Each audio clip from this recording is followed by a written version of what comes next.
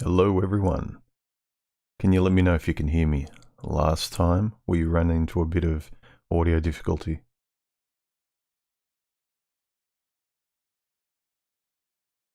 I'll just wait until I can get a thumbs up from you guys.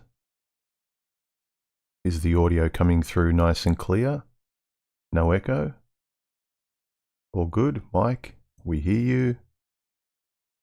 Let me get one more. Great. Let's start.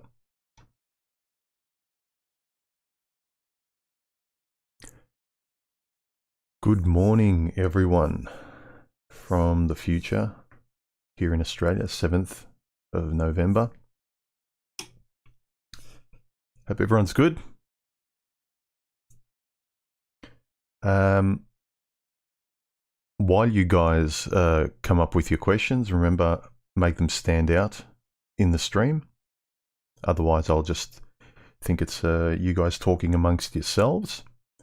And while you do, I'll start off with some of the comments regarding my last video, which got a lot of really nice comments in the comment section, guys. Keep it up.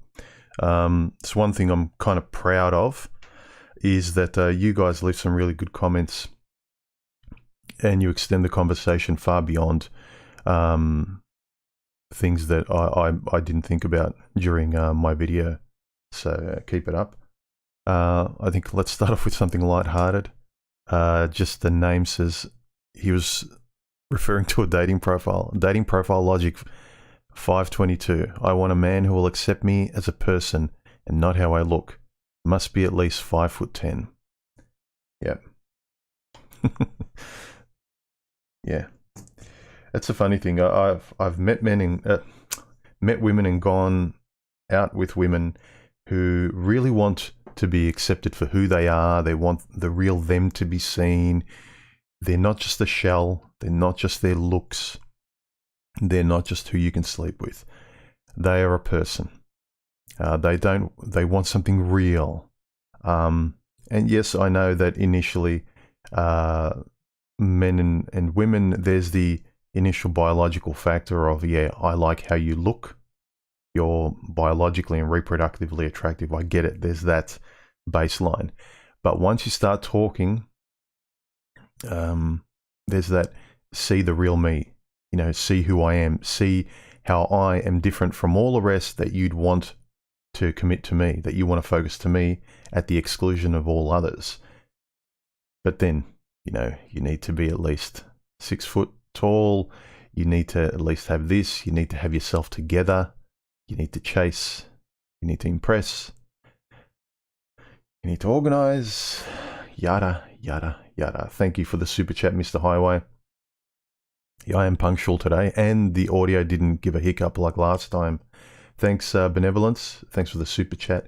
His question is, why does... actually, I can bleep it out. His question is, why does testing make women feel better about being with a guy? What's the point? Biology. Testing that he's strong enough, that he's, you know, switched on enough, that he's intelligent enough, that he's aware enough, things like that, that he's not an idiot. If she can quite easily make him fold like a deck of cards, what kind of person is this protector going to be if the world's going to make him fold like a deck of cards?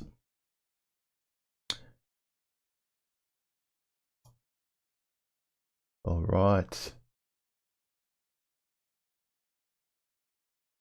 Yeah, the last couple of videos, especially the last one about as you get older, dating, love life, the complaints of, say, women past the wall about, you know, eligible men. Coltane did a recent video which was pretty good, where he showed the crossover of interest, where men's interest starts to go down and women start to want relationships, committed ones, stable ones more and more. The crossover is about at 34 years of age. So as you get older, in your mid-30s, a man's interest with women is more or less like going downhill. It starts to become, I can take it or leave it. And then in your 40s, like myself, it's like I'm good. Unless something falls out of the sky, my life's pretty good. You start to value what you have, because as you're older, you kind of realize you have less time ahead of you than behind. You've got, say, family, friends, your routines, your home life, just everything you really appreciate and grateful for what you have. And so you don't want to let anything in that's just going to grab your life like a vase and just smash it on the ground. You're too old to start from zero again. And effectively, a lot of female dating profiles today that are older, in their 40s, are acting as though they're, teenagers, looking for a prince and, someone to sweep them off their feet and an adventure and so on and so forth. And it's like, how old are you mentally? I want something stable and grounded, something sort of fairly, calm down.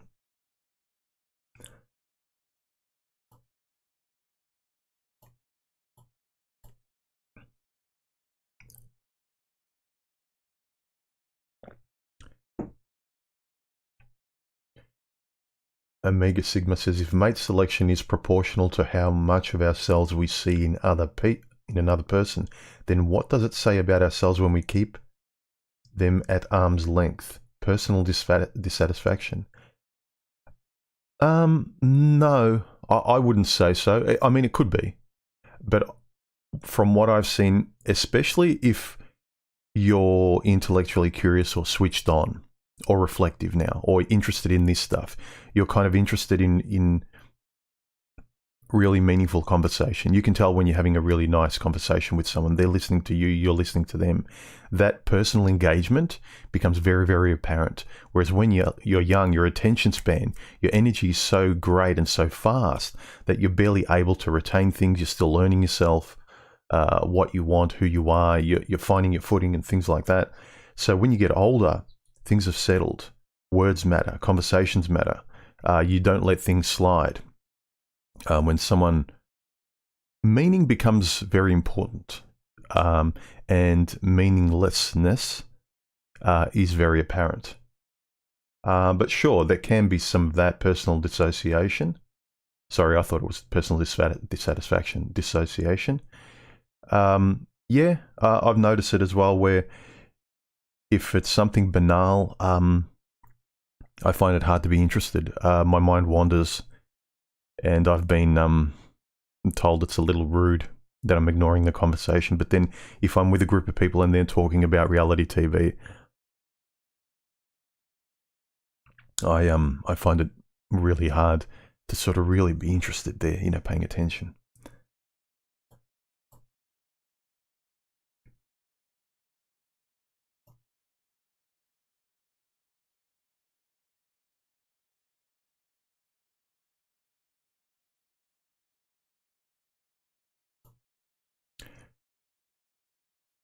Kubasniak asks, are you vulnerable around women, but not to the point of desperation? Or click on a personal and emotional level one-on-one, and do you communicate well your needs and negotiate? I think now I'm fairly good. I'm as much like this as I am on the rare occasion that I would go on a date. I've never, even when I was in my 20s, when people were telling me, human, when you go on a date, don't talk about religion, don't talk about politics, don't talk about ex-relationships, keep it very neutral and all about idle, banal chit-chat, and you'll get to know the person's personality. You may get to know the person's ambience, but it's very vague. When you're on a date, you're really trying to see them. Before I found the words for it, I always found it pointless to go on a date and intentionally talk about topics you don't care about. If I'm going on a date and I'm interested in seeing this person and finding out about them, I want to find out about them. I don't want to find out about what they think about the weather or the coffee or the food. That's kind of mildly interesting, sure. Okay, she likes coffee. And the way she might speak in relation to banal subjects. You get a sense of a person's a little bit of their personality through their lexicon and how they just speak about, oh, well, oh, did you see the waitress said blah, blah, blah, and have you ever had this before? And I don't really like coffee. Sometimes a person's personality can come out through that, but values, the really important things like avoiding the topics like relationships and exes, no way, man. I've always wanted to know. I was always curious. I'm not rude. I don't want to know the details, but I want to know what you think about them. I want to know where you stand on important subjects where you and I need to be on the same page. I was saying in a comment, I think it was to Quasi-Mandias, that when you're younger, you might be able to get away with the cliche of opposites attract only because you're probably just attracted via your appearance. The younger you are, the less you know yourself. And so there's little else to be attracted to because both of you are finding out who you are as adults when you're fairly young. But once you pass into midlife, the concrete of your foundations is pretty much set, and you need to find someone with very similar, if not the same, foundations. Your personalities can be slightly different, but your values, how you think, the direction in which you see, where your azimuth is pointed, and what you believe in, those things matter. Idle chit-chat, that's nothing. Who cares? That's fine that you can have idle chit-chat, but get the important things out of the way. Make them align.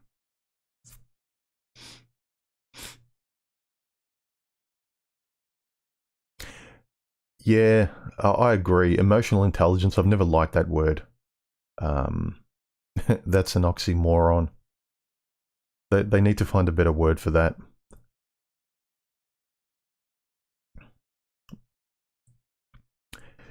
Intelligence implies cognition. Emotion is just,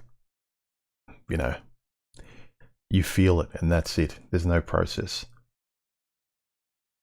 You can argue that fear would be an intelligent response, but you're not really cognitively processing it, are you? So I wish they find another word for emotional intelligence. I think it's a way for the blue and purple haired people out there to feel like they're getting involved in intelligent conversations, much like they're trying to call the social sciences soft sciences, make them part of STEM, to be involved in that arena.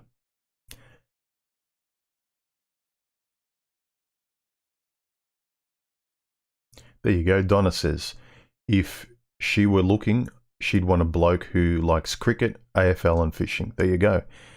It's pretty important. I used to be a bit too open-minded the younger I was, only because I wanted people to be open-minded with me. I thought, it doesn't matter that they're not interested in the things I'm interested in. But for instance, I mentioned it yesterday that I'm into cameras, illustration, art, video, photography.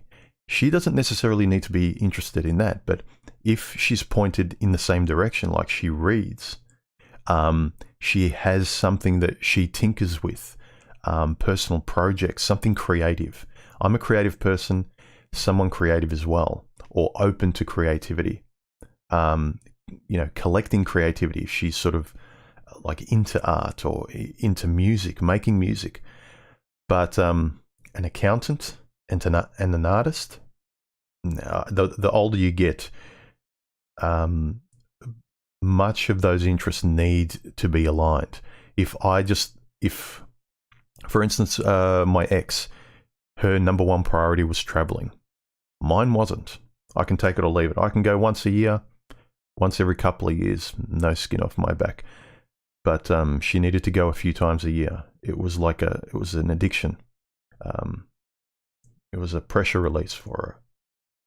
And she got annoyed that I couldn't be in her world as much as she wanted.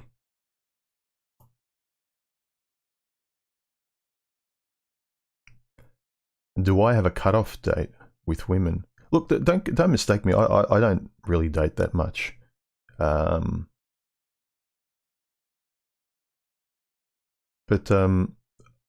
I generally date around my own age, give or take a bit.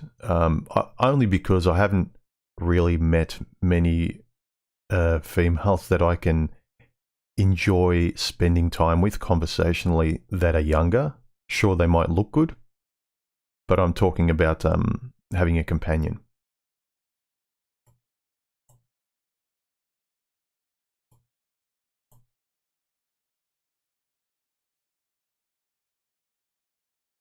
Yeah, this is a good point. New Game Plus says the appeal to probability doesn't work when you're older. You see it for the gamble it is, and the odds more clearly. Or maybe you have more or less to lose. Yeah, good point. Another comment from the last video. Now, this one was from the video before, Love After 30, and why men and women don't care. Zuka88 says, if I do end up getting in a relationship, it will be to avoid loneliness. That's interesting. I wouldn't necessarily do that because that belies you not liking your own company or you avoiding something about your own space. Because many a man out there who is with the wrong woman, a person they can't stand, has done that simply to avoid loneliness.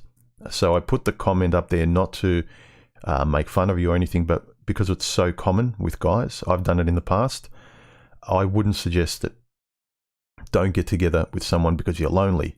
Make friends. Get out there.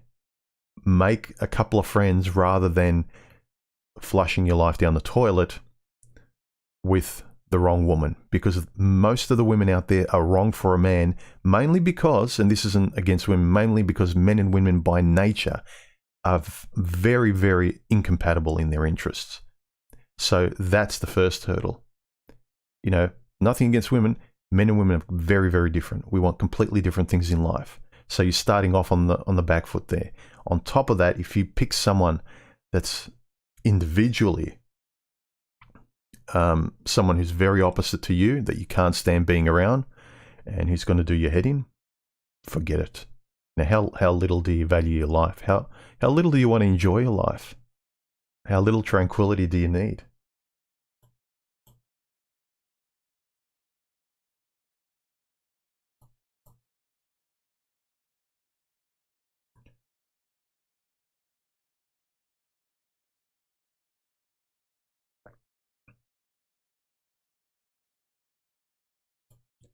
Thomas asks, do you believe marriage breeds complacency? Is it considered the peak of being in a relationship? It is considered the peak of being in a relationship. Once attained, individuals no longer have to be the best version of themselves or as committed. Look, yes and no. I've seen couples where they're effectively always working. It's almost like a job where both of them are running around 24/7. And they respect each other and they care about each other because they're both keeping their business going, so to speak, if you want to look at it as a company. You know, she does the kids and he gets up, he goes to work, he picks up this and he drops this off and he's on the phone. It's one of those high-end jobs where you're always on call. And they work well together and they appreciate each other. But then you see the other part of it where when the kids grow up and move out, there's this unease about, okay, now we don't have the business of raising a family, or when we're younger traveling, we're just sitting still together. Do we like each other? Can we actually be with each other in one spot? Do we like each other's personality? That's the thing. I would like to be able to get along with a woman the way I do with one of my best friends when he comes over and we just, you know, hang out. Yes, I realize it's temporary. He comes over, then he goes home, or vice versa. But that same sort of feeling, I think I would want that with a woman. Again, basic standards. I mean, to me, they aren't high standards. People think, oh, you're being unrealistic. Well, I'm not going to accept something stupid where I'm going to be miserable. If there's if there isn't the base level of a person that I enjoy spending time with a lot, because that's what a committed relationship is, then I'll either have something part-time or I won't have anything at all. I'm happy to have family and friends otherwise.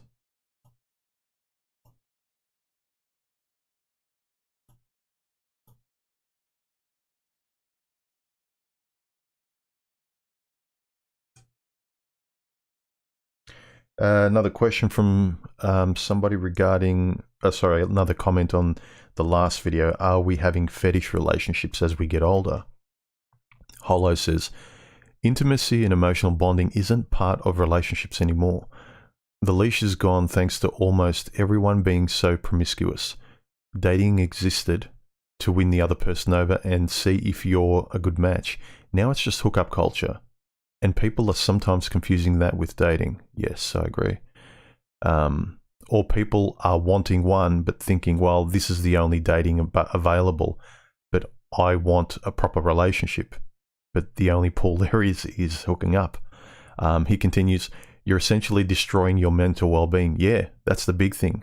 People are really wanting, they don't like flipping people, using and throwing people away. And they're destroying themselves mentally. You're scarring other people. You're scarring yourself. You're creating a pattern, which you do it long enough, you'll have an inability to actually be with anyone long term. Continues, people are just enjoying and destroying themselves. Yes, it won't be many generations until all humans become complete psychopaths at this rate. Aren't relationships just an escape at this point? You know that you're miserable and feeling needed helps suppress that. It's like video games, but you're playing with your own head and that of someone else. People are so distal because they're scared of being vulnerable, and since they're also selfish, they don't mind destroying others as long as they don't get hurt. Yes, but as I said, I think they'll probably get hurt at some point.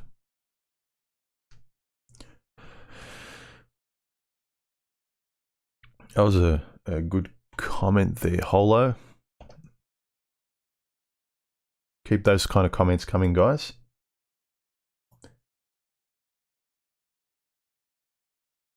Vention, how are you, man? Hope you're doing better. He says, I heard it said that if someone is squeezed, what's inside comes out. Yeah, good analogy. Lies and falsehoods fade away. If someone is under stress, that's when you get to see who they really are. Yeah, that's something I mentioned in the holiday test video I did recently, where if you really want to know all aspects of the person you're with, good and bad, when they're under pressure, when they're scared, whether they'll be on your side, whether they're kind, go on a long holiday somewhere in a foreign place where you only have each other to rely on. Survival instincts, fear, and all those things come out. Because a person during the mating dance can put on an act because they might genuinely like you. They might think that, okay, this person finally is better than all the rest that I've gone out with. I want to lock them in. Not really caring whether or not your personalities are compatible and your values are. They'll just be nice. They're effectively a person in the probation period of a job. I need the money. I want this job. This is security. I like this environment. Let me act really politely, smile all the time. Who cares? I'm not going to show all of myself until I get the job and until I'm locked in after the probation period and they can't fire me anymore. And I'm not saying people do it intentionally, but that can be the reflex. I really like this situation. I don't want to. Let me just put on a suit and tie and smile and bow.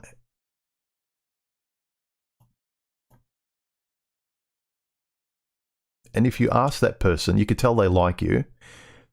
The more you try and pry out, like if you don't know how to speak and ask questions and get them comfortable, just to kind of know who they are, you'll say, oh, well, they're just shy and they're polite and they're quiet. They're wonderful. It's like, no.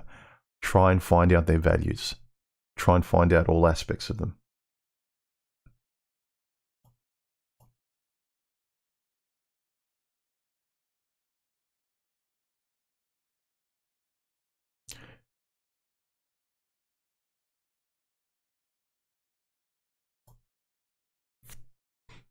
EOS Logs says, human, surely it's the inane small talk that leads to fundamental problems down the road in a relationship. As you get older, I imagine your time gets more and more precious. That's true. Look, don't get me wrong, there's nothing wrong with small talk, but if that's all it is, if you're avoiding seeing who the person really is, and both of you showing each other the real foundational qualities of who you are, the important things, you know, can I rely on this person to be kind, to have my back? What is their temper like? What is their fairness like? Are they solipsistic, or are they kind people? Most people, just even as a base, they're not kind, nice people. Do they play by the golden rule?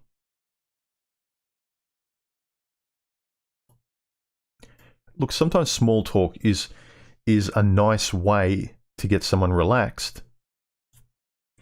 Say in a conversation, a simple like, if I just met you face to face, the first thing I wouldn't do is just dive into a philosophical debate. I'd say, hey, how you going? Nice to meet you. Small talk, and then you ease into whatever. So small talk has its function, but if that's all it is, like in the back of your head, you're probably thinking, I hope she's a good mother. And you haven't really assessed whether she is.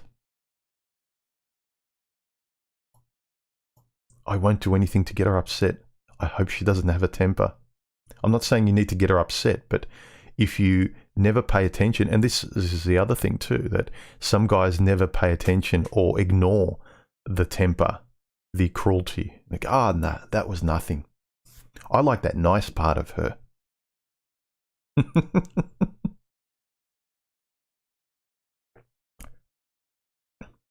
It's the it's the same reason we get back with, some people get back with exes, is, you know, you don't get back with the bad parts, the anger. You get back with the good parts. And then once you're back with them, you remember why you broke up.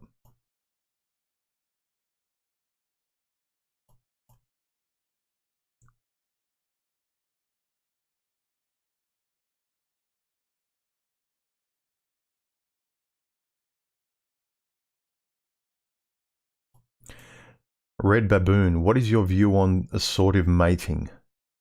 Homogamy, the idea that like marries like. Like marries like, I think it's important. You don't have to be a carbon copy of each other, but I think it's very, very important. It's crucial, especially as you get older. When you're younger, I think it's less crucial because you don't know each other well. You're still developing who you are.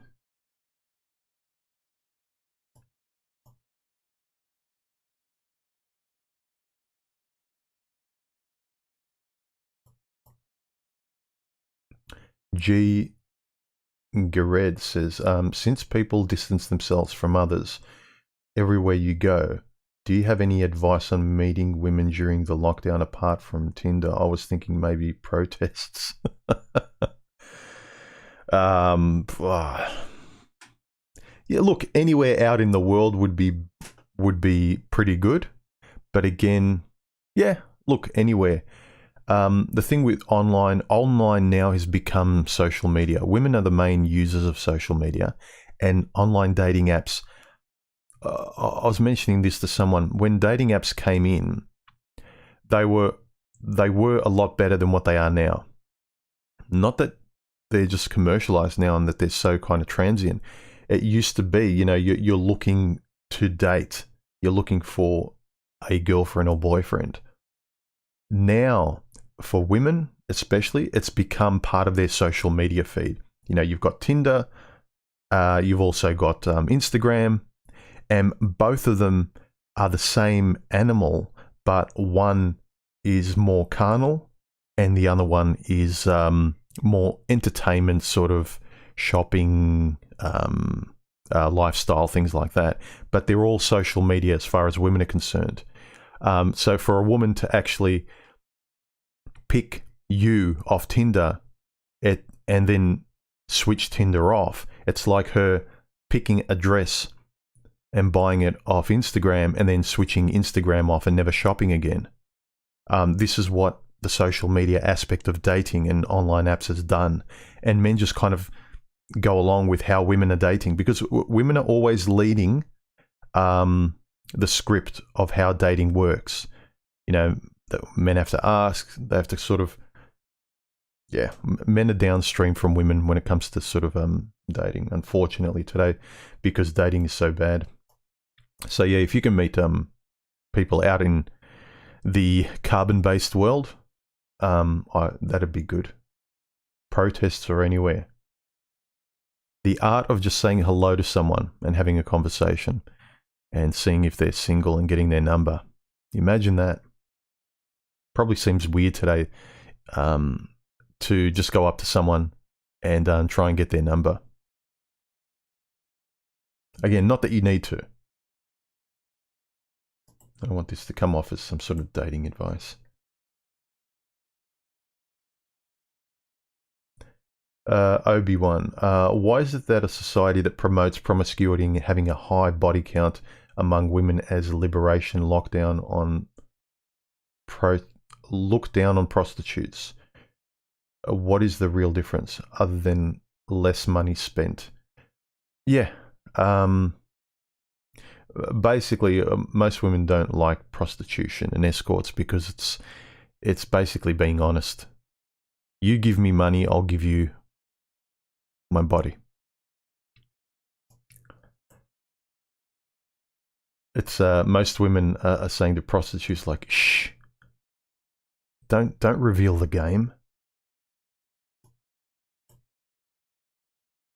Carl K says, I find women who like travel only have a series of checkboxes that are fulfilled with a photo capturing the experience. Yes, I've experienced in that. The personality of a lot of women that love traveling, that live for traveling, that traveling is their life, there is very little else inside them. Again, my ex, I thought, she was, I liked her personality, generally like how she lived, her temperament, and I thought because she traveled a fair bit that she sort of would have a lot to talk about, because I'm not a big traveler. I know a lot about art and creativity and things like that, so I read a fair bit, so I can bring a lot of that to the table, but she's sort of been around the world, and I've saw her photographs of, arms around some poor peasant in a third world country, and I'm thinking, oh, look at the empathy. She must have some great stories. The depth of conversation, it was just shallow or non-existent. She had nothing to say other than, I went there, oh, these people were beautiful, oh, this is wonderful, oh, this wasn't so good, but no kind of thoughts about the subject, no introspection, no reflection on things, on herself. So that was kind of disappointing. The brochure did not match the experience.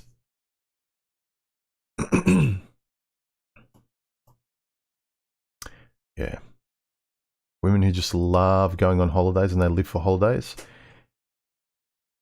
Someone mentioned it, I think it's even in one of these comments, where it seems like they're running away from something. Alex C said, in regard to people wanting fetish relationships, I think it's a direct consequence of the current generation suffering from something called the paradox of choice. We have become complacent with instant gratification and the illusion of having multiple options in life. And as a result, we are incapable of long-term exclusive commitment. Yes, very well put. I believe that we are going towards a major social paradigm shift, a singularity of individualism in which an exclusivity or commitment in relationships of any type will be seen as something strange and foreign for the future generations. Yep, it'll be weird. Ah, loser. It's you know what it'll be like. What it'll be like. It'll be like how women now shame other women for wanting to be a housewife. Ah, you loser. You want to be just a housewife. You don't want the freedom of career and many men and traveling. It'll be the same now going forward. Society will shame anyone, men or women, who want exclusive monogamy, simply because they want to sort of settle in their life and do some other things other than dating. So if you kind of say, like, oh, I've been in a relationship for the last 10 years. Oh, loser. You're a slave. You're a prisoner. You're not free. You're not enjoying life. you've been in a relationship that long, they keep promoting transients. Like even with a job, you ask people who hire others for jobs, recruiters now, if they see you've been in a job for 10 years, a lot of them look at that negatively. Oh, this person just, he's not ambitious. He's not always going further and further. They look for someone who's been in a job for a couple of years at the most, and they keep moving on and on and on. Same with relationships. You've been in a relationship for more than a year? Oh, loser. It's not a good thing to think about in the future. Like all the things that we'd reflect on and saying in the past, this person is stable and they can keep a promise and they can be relied on. They've been in this relationship or in this job for 10 years. They've got a commitment. There's a lot of honor in that. So a lot of those masculine qualities are being lost. We're living very feminized lives where we're transient, we're shopping, in the same way a woman will buy a new pair of shoes every week and she's never happy. She needs to keep shopping and shopping and shopping. And now we're turning cars over every couple of years. We don't stay in jobs for very long. We don't get married, or we don't stay in relationships for very long. There's no settledness where we can say, okay, I've got a relationship I value. This is for the long term. And now I've got that foundation. I can also build this part of my life. I can start a business. I can write a book. I can do these things. I can invent. No, perpetual cycle of transient relationships, jobs, consumerism, never ending. A treadmill, emotionally and practically, and in all aspects of life. You're not going to get long form things being created. Like I said, we're not going to have great novelists going forward, where you can set important things in life, like your home or your family, and then try and set other big important things like writing a novel or being an artist or starting a company or building a car or something. I don't know. But the long form is dying. I find that troubling.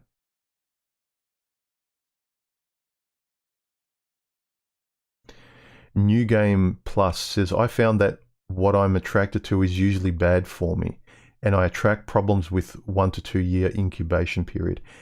Mine's been similar, around the 1.5 to 2 years, but my problem's always been that the person, I see them, I made a video on it, they're either acting or they're tired of putting on the act, and then they finally reveal themselves, which I think is pointless.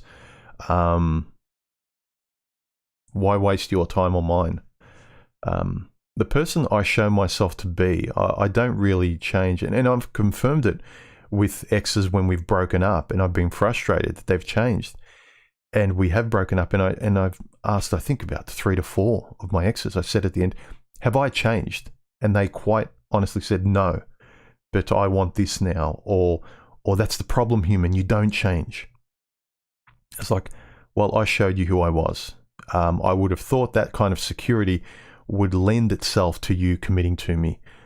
I can't understand someone who wants to commit to raw material and cross their fingers that hopefully they become this fictional person in the future that I want them to be.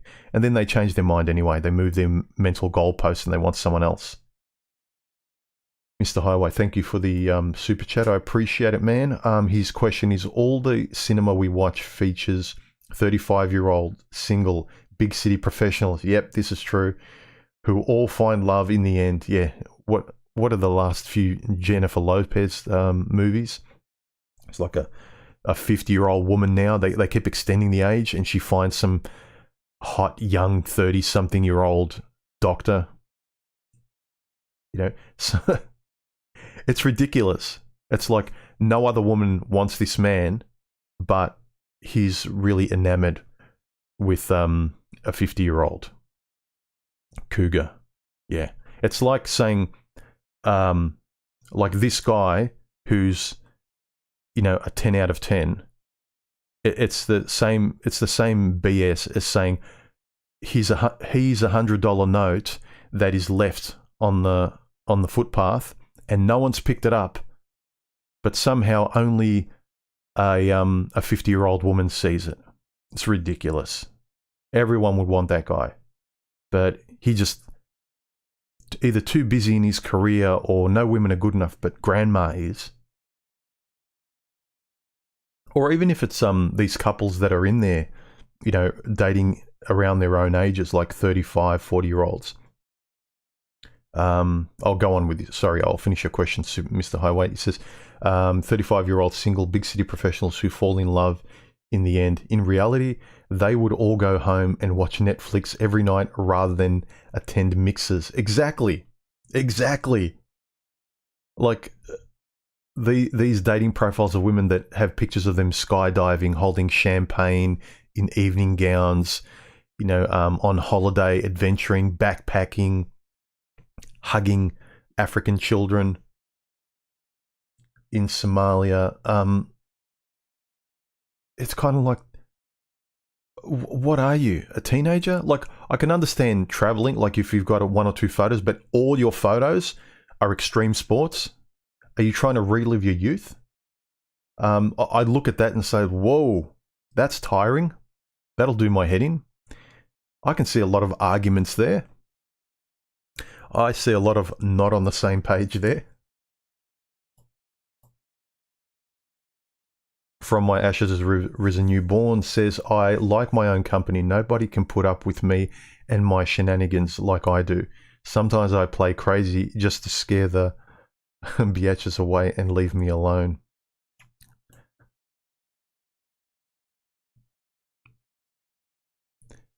Ben Franco G, all Western men need to find a way to enjoy their own company, in my opinion. Yes, I think we need to be okay sitting still and predominantly with ourselves.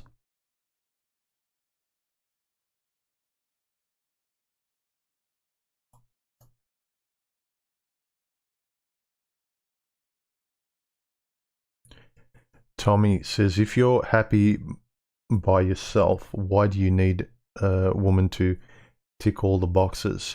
You're not going to marry her, just have fun. Yeah, that transient fun, you waste all your time chasing women, and there's a lot of psychological damage that gets done over the long term. Talk to men where all they do is chase women and see the conversations you have.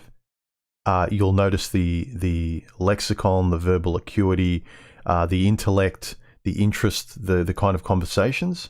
It's really, for me, they're not really those kind of himbos. All they're interested in is PUA or picking up women. There's a certain kind of personality that's deep in that. Having fun, I've got better things to do than just chase multiple women. But also, it's not a matter of a woman needs to check all your boxes. This is the thing, it's not binary. It's not like she has to be everything, or I'm going to be alone. It's like your best friend doesn't need to be everything. You know, there's a settled way to look at things. It's not all or nothing. It's what's sensible. Am I in focus?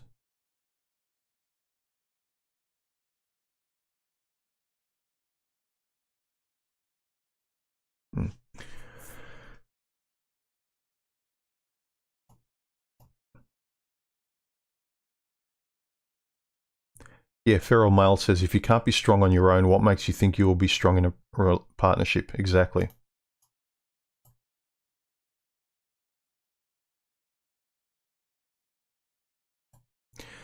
Ben Frank says, most men should have at least one close male friend, but still should be able to enjoy being in solitude. Yes. At least one. There's a lot of men who are very alone. Ted asks, how do you identify and see past chameleon behavior while trying to keep them at arm's length so you don't get surprised in the future? Thank you, Human. Great show. Thanks for tuning in. I've done in a few videos. I've talked about that the holiday test, not listening to the BS out there of don't talk about relationships with women, you'll scare them off. Just be yourself and talk about whatever you want to talk about. Ask them questions you want to ask them. Try as best you can to sort of strip away the chameleon. Because if someone likes you, they'll be polite. And there's nothing wrong with that, but you don't want an act being presented to you and you actually thinking that the act is the person. So be as honest as you can. Don't avoid questions. Don't put on an act if you're around women. Just be yourself. Be polite, learn to speak, have manners, all that kind of good stuff. But unfortunately, a lot of guys fall into almost pre-boyfriend mode as soon as they talk to a woman. I've kind of said it's better that you're either accepted or rejected for exactly who you are. Don't amp up who you are as well. Don't say, well, now I'm going to be, I turn the volume up on myself. Like I've got a bit of a temper. I'm going to be even angrier. And if she can tolerate that, then I know she can be with me. Don't do that either, because that's not really you. Just be you. Yeah, just open your mouth and spill the beans.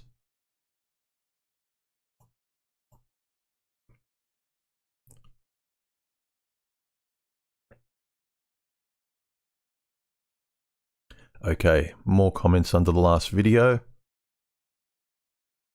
I think I did that one. This one was, are we having fetish relationships? A Junkyard God says, people who can't seem to live without traveling. We've seen so many of them during this pandemic. Sound like they're probably desperate to run away from something.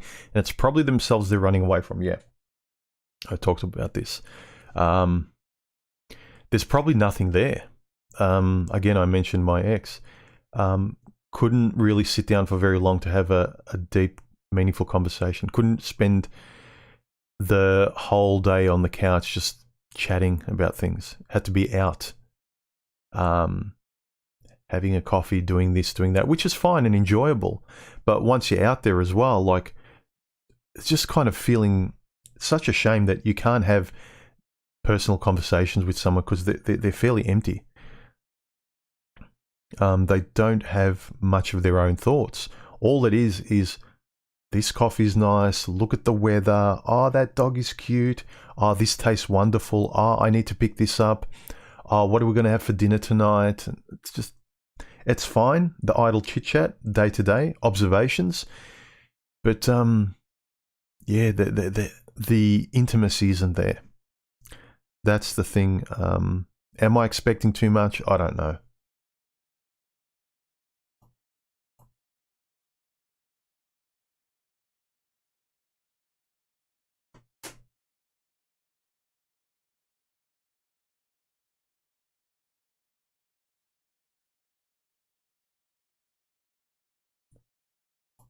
Eric says, human, did you ever consider going full monk mode, or did you ever try semen is that retention?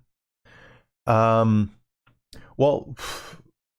basically, how do I describe this? Like, it's pretty easy. It's a lot easier when you're older. Like you have very little interest in women. You only have interest in women or being around people that sort of really are in your lane, are your kind of people. And so, as I mentioned before, women already are completely different to men. So you're not similar. You want different things in life. So that's already gets rid of a lot. And then on top of that, if they're not your kind of person with your kind of values, it makes it kind of easy. So a lot of the times I'm in monk mode anyway, without even needing to be. It's not like, oh, I need to be in monk mode because I need to stay away from women. I don't care that much. I can take them or leave them at this point. I enjoy, like, I haven't been in a serious relationship for about 1.5 years now. Well, the last 6 months of my previous one, you could say I hadn't been in a real relationship for 2 years now, because it was almost non-existent in the last 6 months.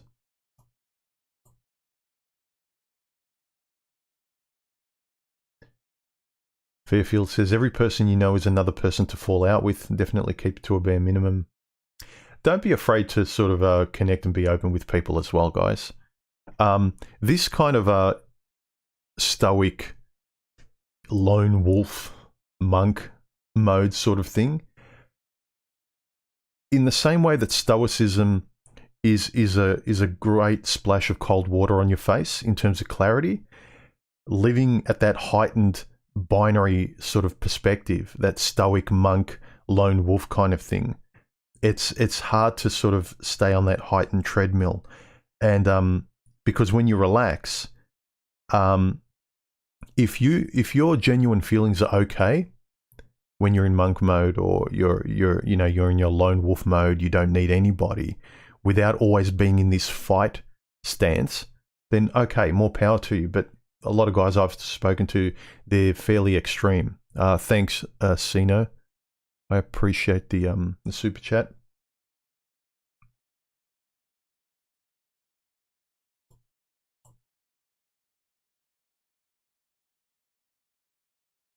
Okay, make sure your questions, you highlight them, guys, and make them stand out in the stream. Next question from Idaho Viking. Grounded relationships aren't romantic. Yeah, apparently so. I probably come off as fairly boring to women, but I'm always looking for that. I want the grounded, boring, day to day. I want the honeymoon period to be over. I want to trust the settled version of who they are and who we are. That initial probation period of the job or the relationship, to me, it's a little bit sort of nervous because it's not real. It's a holding pattern for the real thing, if it actually does develop into the real thing. So I'm always suspicious of it. Not as like it's a great period to sort of keep your eyes open and really judge whether or not this thing you're going to lock it in, and this person is who you need them to be.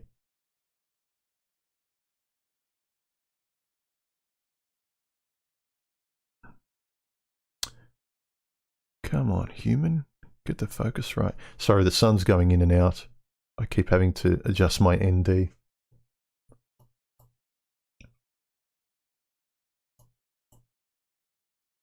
Thomas says, tact is also important. It can easily go the other way, from small talk to become an interrogation. Yeah, but at least an interrogation would be interesting if you keep it lighthearted. If a woman was interrogating me, so how long were you in your last relationship? How much? Like, it would be an interrogation. But if she's keeping it lighthearted and we're both smiling and we're both enjoying picking at each other, at least we're both being open and honest. We've both got the courage to kind of interrogate each other, if you know what I mean. But sort of sitting back and being really serious and like either not saying anything or being really harsh on a person and having no levity, no enjoyment on the date. I mean, yeah, I think a lot of people have lost the nuance of tact and conversation.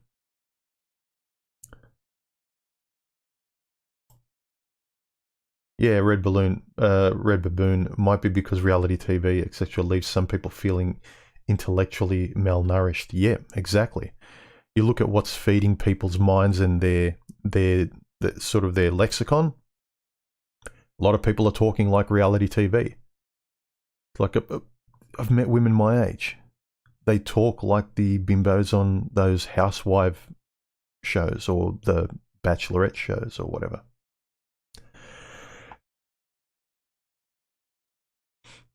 What's get you? I just love the fairy tale. Is love just a fairy tale? Are relationships just going to end up being transactional? They always have been, really. Another comment. Wildcat, yeah. Wildcat's comment was really great. He's someone that's he sounds like a similar guy to me. He's actually here in Victoria too. He said, laughed at looking for my partner in crime. This is women's dating sites. They love saying looking for my partner in crime. God, what a cliche, along with the obligatory skydiving and scuba diving photo. In part, I think that it's women trying in vain to capture a small moment of the Instagram lifestyle, and maybe they are trying to appear interesting. Personally, I think that past a certain age, intimacy is impossible. If you met when you were young and stayed together when you would grow together, at my age, yeah, I agree with that. I've said in a video, you got the best chance of growing together and staying together the younger you are, because you become very specific the older you are. You get very used to being a singular person, and I think your subconscious does its best to retain your comfort zone, which is being on your own. You almost look for faults in everyone else because you've been so used to being on your own. That's the comfort zone of you. He continues, at my age, 48, every woman I meet doesn't belong in my world. They are strangers from a strange land, actors walking on stage from the wrong play.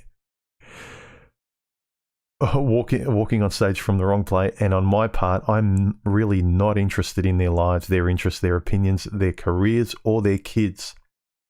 On every date I go on now, I spend the whole time pondering, why the am I doing this? The mystery to me is why I still occasionally do it.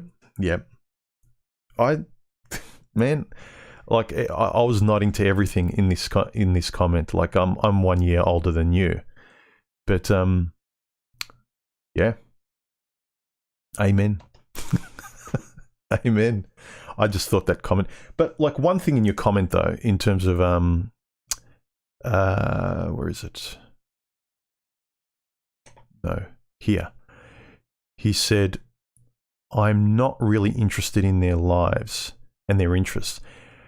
That's, you should be, and only in terms of if it's going to work. But I understand your point. You keep meeting people where you don't care, which means you don't meet anyone that you align with. In that respect, I agree with you. But yeah, career and kids. At the fundamental level that women seem to have an interest, they really care about careers and what you do and so forth. I know it's connected to, you know, providing and money and all of that kind of stuff, but yeah, couldn't care less. Let's go on to the next question. Comment. Michael has said, it's no fun being sober around drunks, nor would I want to be drunk again. This is about getting older. I'd say he's talking about love after 30, how men and women don't care that much. That video of mine that I made. This applies to relationships. Just how drunk would I have to be to cod myself? Or con myself, to let on, to reinvent myself according to societal standards, to dupe myself into something that is game disguised as something else. I can't even pretend to care. I don't get the butterflies. I don't get excited to meet up, and I'm a lot less forgiving to people who are banal, vapid, socially collaborated, and without a shred of psychological depth. Much like toys and dolls as a child, you could never go back. Yeah, you outgrow things, and you become a more specific type of person, and you need to find people that are as specific as you. Or you get a dog, which I'll probably get in the near future.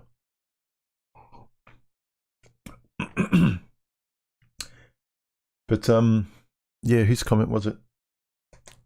Wildcats one about yeah, I just I think that helps. Dating when you're older, it helps you kind of let go, because the reality of almost every person you meet or try to go on a date with, it's internally sometimes you're laughing, and as you said, you keep thinking, why the am I here? You just don't want to be there. You immediately see that you shouldn't be here. Whereas the younger you are, you think, this person's nice, they're really good looking, I like them, I want to be with them. Something's drawing me to them. But you get with someone older, and the differences in values and personalities is like, what am I doing here? Can this be over? I want to go home. This person is nothing like anyone I want to be around. I wouldn't even call them a friend. I wouldn't even call them a friend. Let's go to another comment. August line, and this was again about men and women caring less and less about dating when they get older because of the experience they've had. He says, one of the most freedom-oriented epiphanies I've had as I've aged was the realization that I don't have to impress anyone.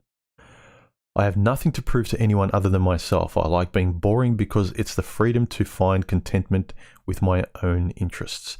Women can take me or leave me. I don't care. Well put. The freedom to be boring, because if you're content in your own company, a lot of the stuff you do on your own is you being quiet or being introspective or reading a book or creating something or tinkering with something. It's not a conversation. You're not having a conversation with your car if you're working on it. I'm not having a conversation with a sheet of paper when I'm writing or drawing. I mean, even when I make my videos, I'm not really having a conversation with a camera. I've had the majority of the conversation quiet with a piece of paper, thinking about the topic. And me just talking to the camera, talking to you guys, is basically trying to express it. The conversation I have is this, is more this. It's more the comment section. It's the chats I have with guys. Making the videos for me is kind of a fairly disconnected process. I like everything before I shoot the video and everything after I shoot the video. But the actual shooting of the video, it's technically interesting, but I don't like the presenting. This I enjoy because I'm actually interacting with you guys in a more real sense. I know it's not completely real. It's a bit removed, but you know what I mean. It's more real time. Yeah, I enjoy filming myself talking the least because it seems a bit operatic. And no matter how many videos I make, just talking to a black lens is always a little bit odd. Talking to the void, talking to nothing.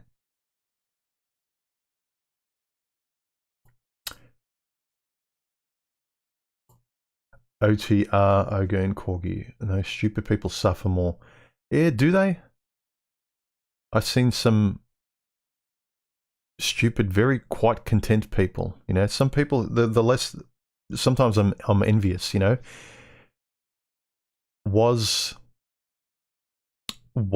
Cypher more content when he was still plugged in?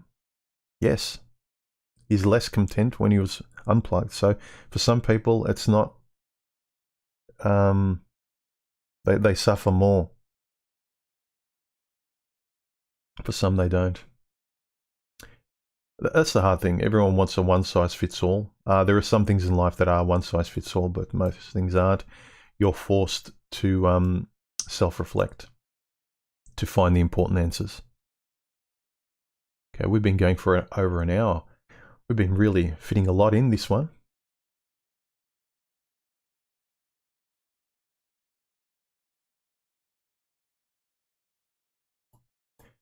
Thomas says, do you think cohabitation is responsible for a lot of relationships falling apart? Yes, only because they haven't probably revealed they've moved in too fast. I think because everything's so fast today, people hook up, they don't really have long-term relationships. That if someone wants to experience what, you know, what your father and mother did, or our forefathers and mothers did, because everything moves so fast, people think, oh, well, relationships don't last long. Let's try moving together really quickly anyway, because everything doesn't last long anyhow. So people are just not even assessing the time needed for a thing to actually be viable, like moving in together. Like for me, you don't move in together without such a long period of time to evaluate whether or not you'd even consider that, let alone marriage and kids. But I think with people having so much frequency of relationships, that they want to experience living together, so they'll do it quickly as well. In the same way, I want to experience a relationship. Let's just get into a relationship really quickly too. I want to experience it. But yeah, I think it's responsible for a lot of relationships falling apart.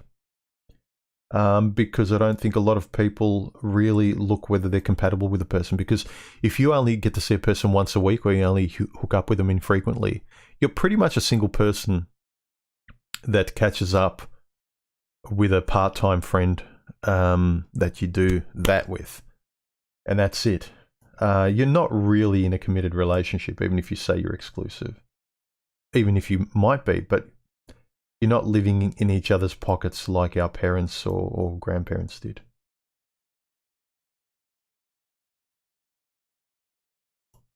Wet Palette Warrior, would you agree that the bargaining of a partner's negative traits in a relationship is indicative of that partner being the submissive in the relationship? Well, is it bargaining, or both of you revealing all aspects of yourself and seeing if you can get along?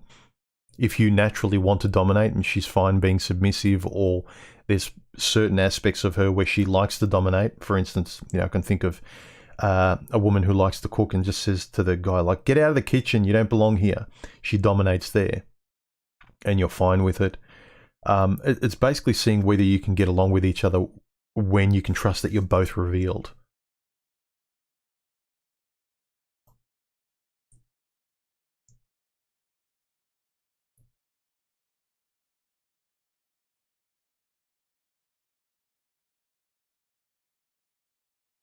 Make your questions stand out, guys, and make them literate.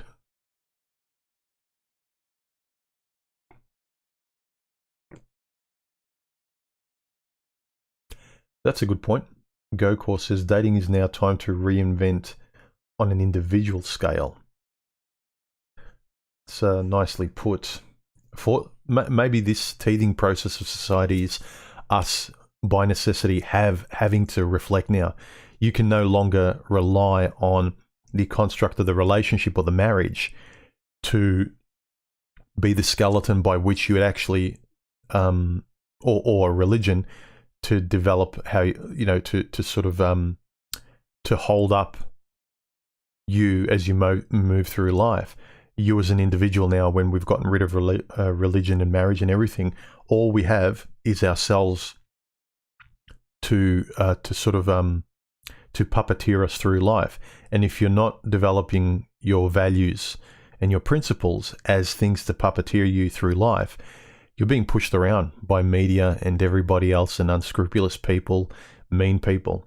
So yeah, we need to reinvent ourselves, or basically invent ourselves.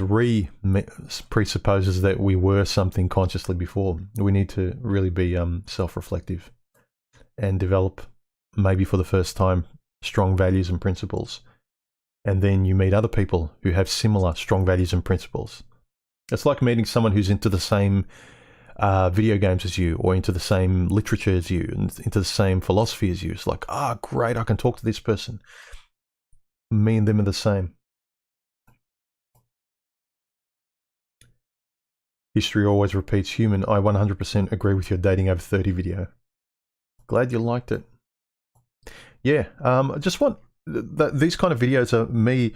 These are basically video diaries of me mulling over some questions that I think I'd like to. I think is important to have a conversation with you guys with, and hopefully a lot more of us guys can start thinking about it.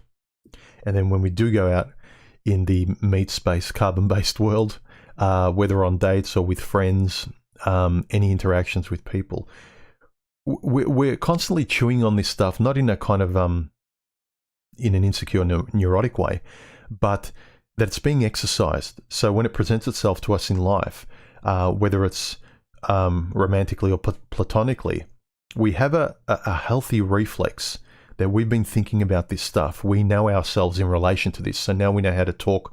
Now we know how to respond to a woman who might be you. So this, I think it's very valuable in a healthy, intellectual and philosophical way.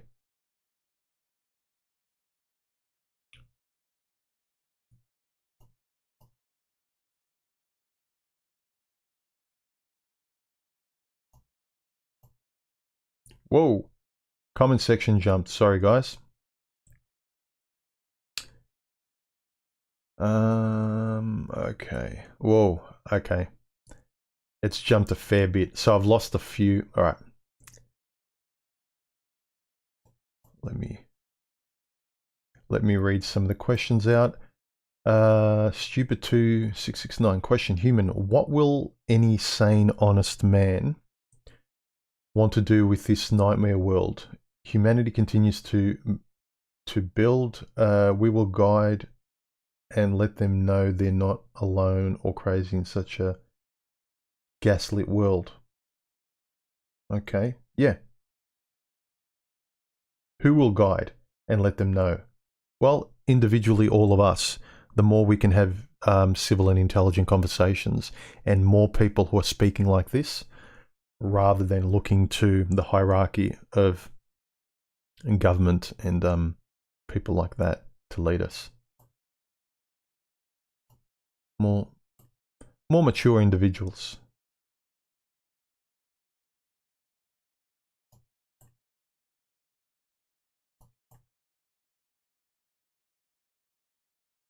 Wet Palette Warrior: do women want supporters, not partners today?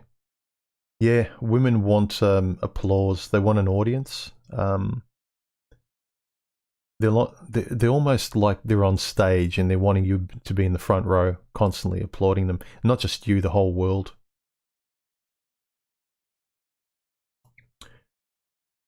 Again, not all women. Look, and I say this stuff so a man can refreshingly be righteous about where he stands, not to be hateful. I want men to be confidently and stably righteous in their beliefs and how they speak, their will. I'm not saying this stuff when I talk about women to put women down. It's that you have a strong sense of yourself, like you don't put up with this. You know where you stand as a guy. If there's a decent female you can talk to in front of you, great.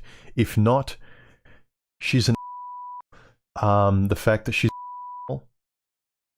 and she happens to be a female, big deal. But it's being able to call something what it is.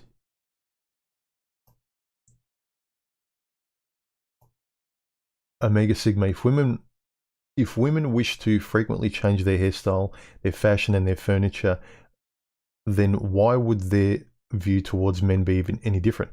That's the thing. You meet a person that, and I've met and talked to a few women like this, where they say, I get bored easily, but then they'll quick step and say, oh, but it's not like that when I'm in a relationship. That's the only place I'm consistent and stable, and I'm very suspicious of that. And I've yet to meet a woman that's her character. She gets bored easily. She needs to be out and about all the time. She can't sit still. But for some reason, she promises you that she can stand still in a relationship. Yet she's my age, and she either hasn't had any long-term relationships or she can't have them.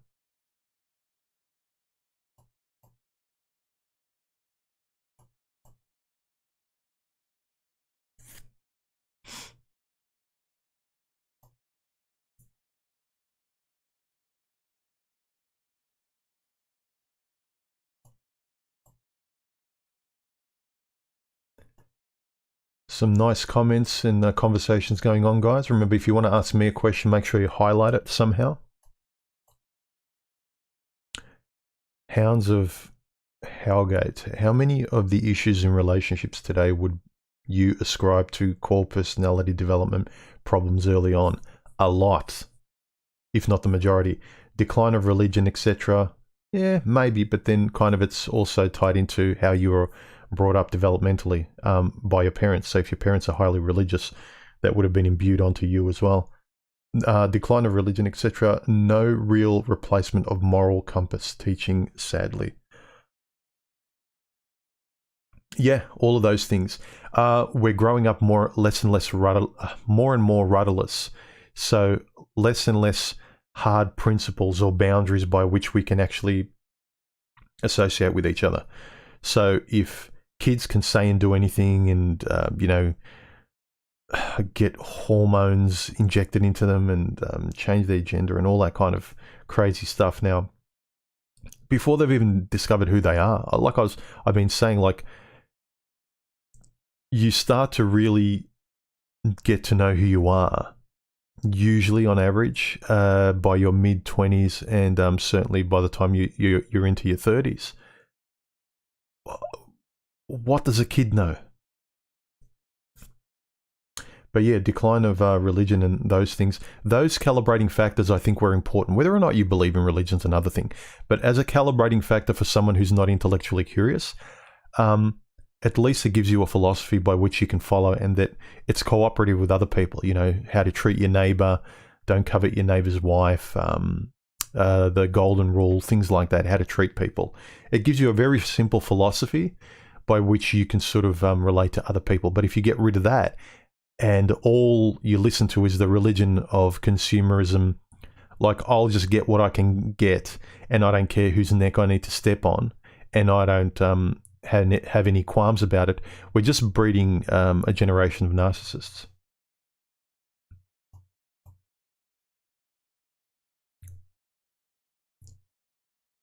Wherever you go, there you are, MotTC says. Yes. Is this in relation to people who go on holiday? Well, a lot of people who go on holiday, they avoid themselves by always looking outward, taking photos and observing people, and always interacting outwardly, but never. And I sometimes wonder whether a lot of people who holiday all the time and are obsessed about it, whether or not they're actually there when they're on holiday.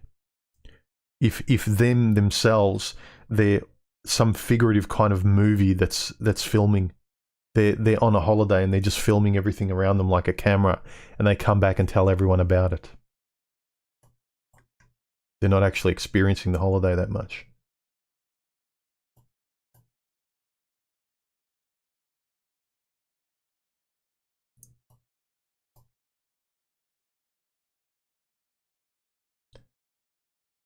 KL, it certainly feels like it's too much to ask for any kind of quality relationship, including friendship.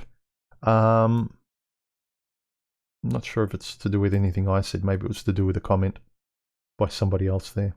But yeah, if you can't find quality, just base level respect, kindness, golden rule, kind of common sense interaction between two people, kind of respect each other on that friendship level, and particularly on a romantic level, why even bother? You're better off enjoying your own company and developing a good relationship with that.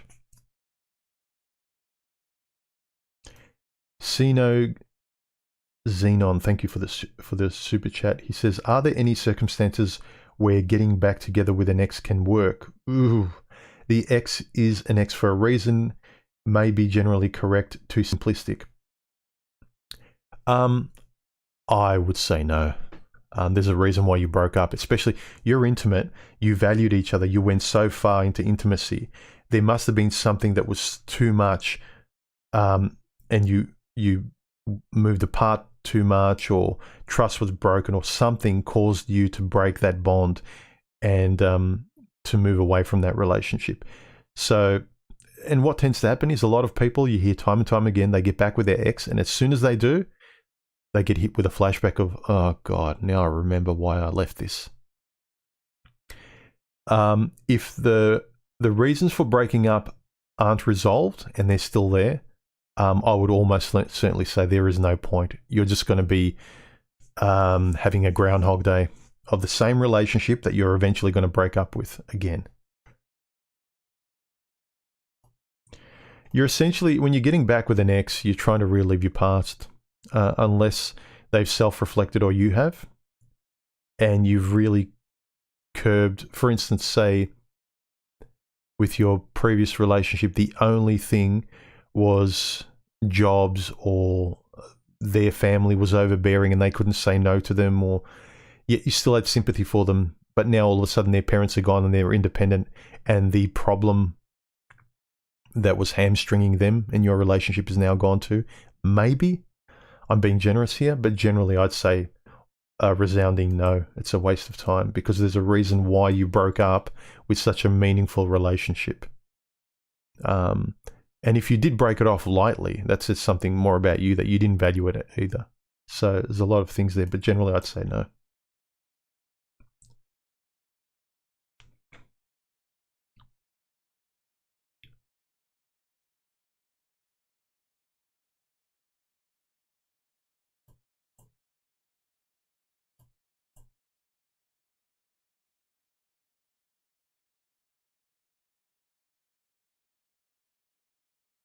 Make your questions stand out if they're questions. Wombat says, a grounded relationships can be romantic, but the romance is something that comes and goes. It never stays. True. Depends what you see as romantic. What I see as romantic is a lot of boring stuff. But I find that romantically valuable. I find it comforting. I find it trusting and reassuring. I rarely see it in others. I've rarely experienced it myself. But yeah, some people see flowers and holidays and surprises and constantly playing musical chairs as romantic, but I think that's more a woman's view. For me, romance is very sedentary, very grounded, very trusting, only because it's, you want to call it that boring, but that grounded. It never moves. It stays the way it was yesterday. What I fell in love with is a rock, and it doesn't change, and it's never given me any reason to believe it will change. That's rare, but that's romantic to me. For most people, it's boring. A lot of women see it as dead. They're going out with a corpse. They see change as the relationship being alive. Whereas I see someone who changes a lot as, why would I want to commit to something that's always flying away? Why would I want to hand over the stability of building a foundation with this person where they're constantly knocking the foundations over enough to keep rebuilding a home or a place to live, figuratively speaking, with this person that's dragging and ruining the home as they move along? I don't need that wrecking ball in my life.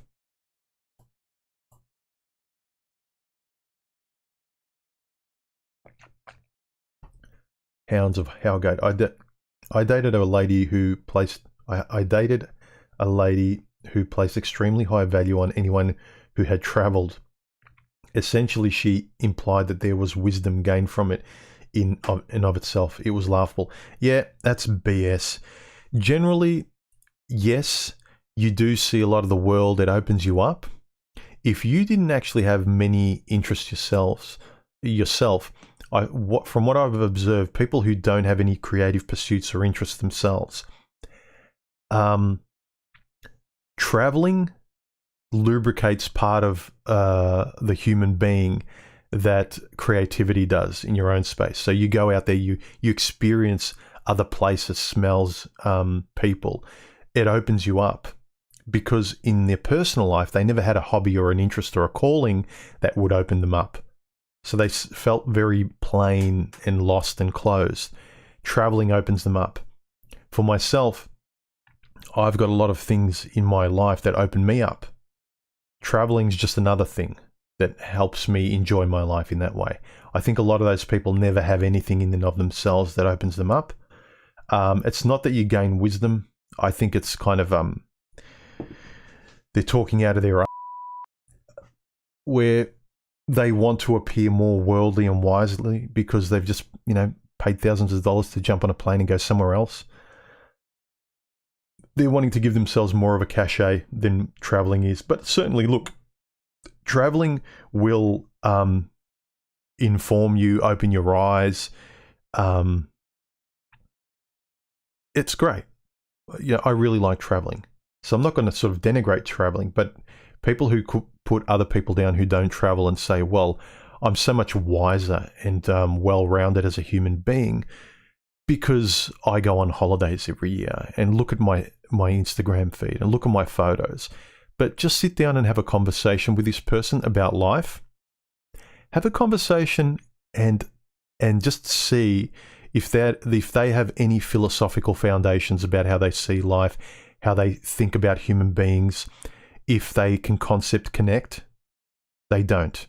All they can do is talk about Paris and Nepal and New York and these people, and I've been there, and the food there, and these people are so great. And they'll rattle off, they'll virtue signal things. This thing annoys me too about these travelers who are empty inside, is they'll go, I went to this third world country and they're so happy, and they gained water from a well and they've got smiles in their faces and they don't need much. But us in the West, we're on social media.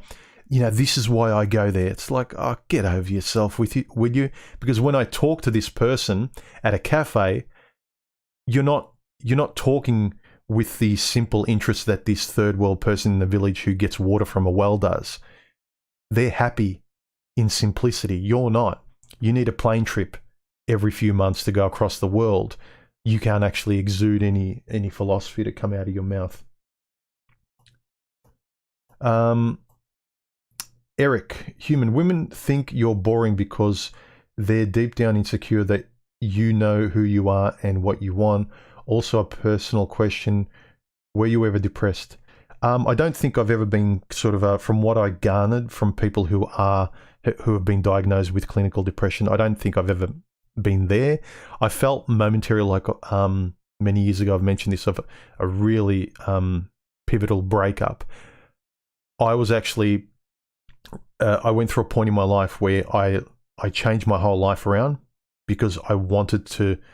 It was a tipping point in my life. I left my old way of living, and I didn't want to work in corporate anymore. I quit. I took time off. I really wanted to make the hygiene of my life really good. And I went through a breakup then because all of a sudden, because I didn't have money, she left. So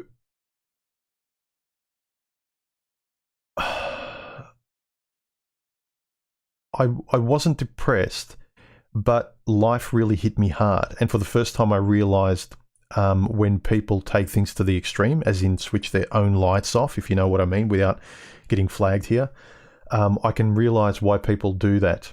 I've never been depressed. Even now, I have my flat days, my grey days, my unmotivated days. So I feel down. I can only tell you how I feel. But yeah, I think that I've been told by some women that they find my thinking, I think too much. I've had a few actually say, I don't know if I could be with a guy like you. You think a bit too much. They want a guy who just is always positive and rainbows and let's do this and let's just jump on a plane and let's just go on a holiday and let's just go out and let's just... I don't know. I'm not that kind of person. I'm not that impulsive. I can defer gratification fairly easily. I'm fairly disciplined. I've always been a really old person in temperament. And most women have been very, very young in temperament. And that's been my friction. I get on well with people who have more an older mindset.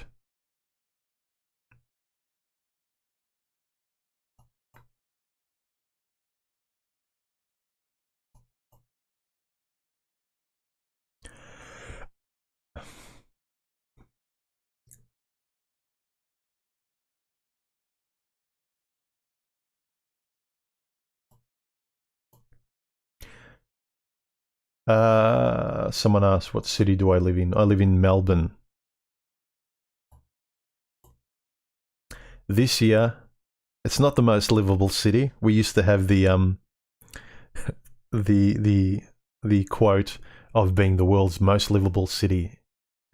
Not this year. We're the most unlivable city.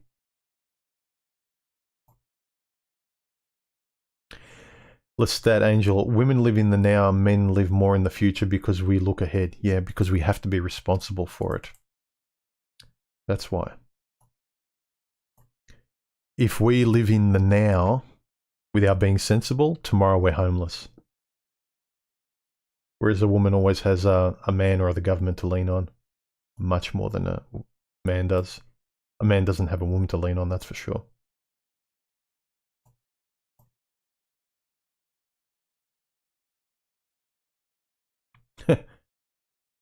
Space Fairy. Oh my god, they all talk like the Bachelorette. Yep.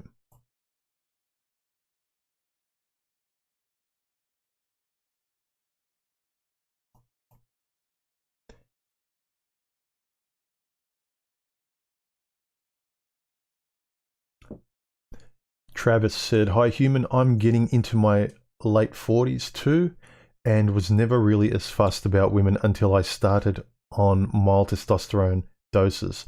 Have you explored TRT or testosterone dosing before?" No, I haven't.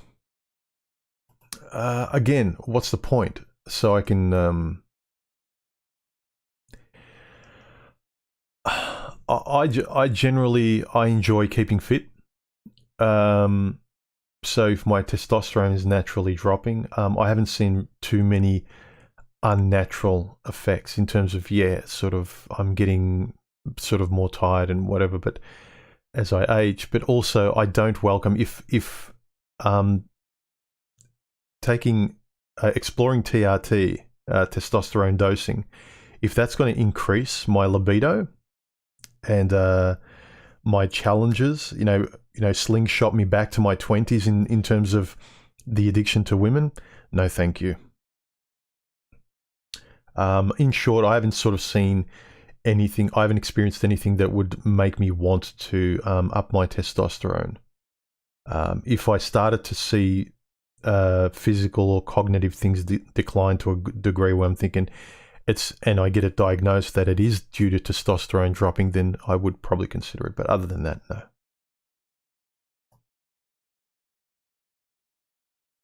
Red Baboon. Traveling, I think, can be good if you do a lot of thinking when away, but for most people, it is really just a change of pubs. Yep. And a change for Instagram pics. I agree.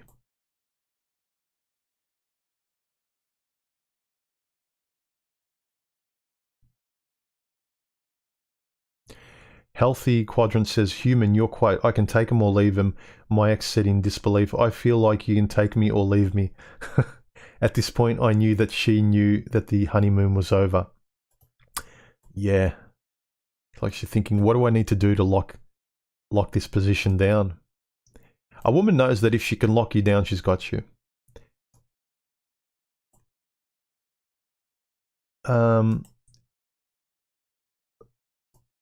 And especially today, because of the laws and everything, it's that much harder. Because it used to be a lot easier to lock a man down, because men and women used to play a little bit more fairly, or a lot more fairly.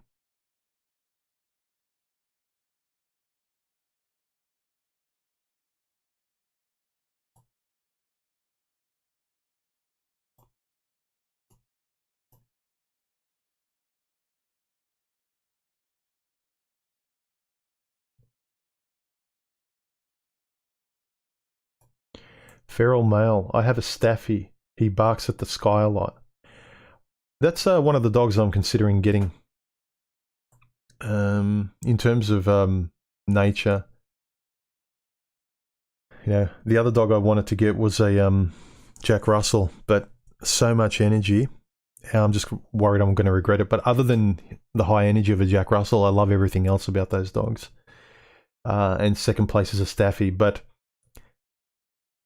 I prefer the look and the intelligence of a Jack Russell, but I prefer the temperament.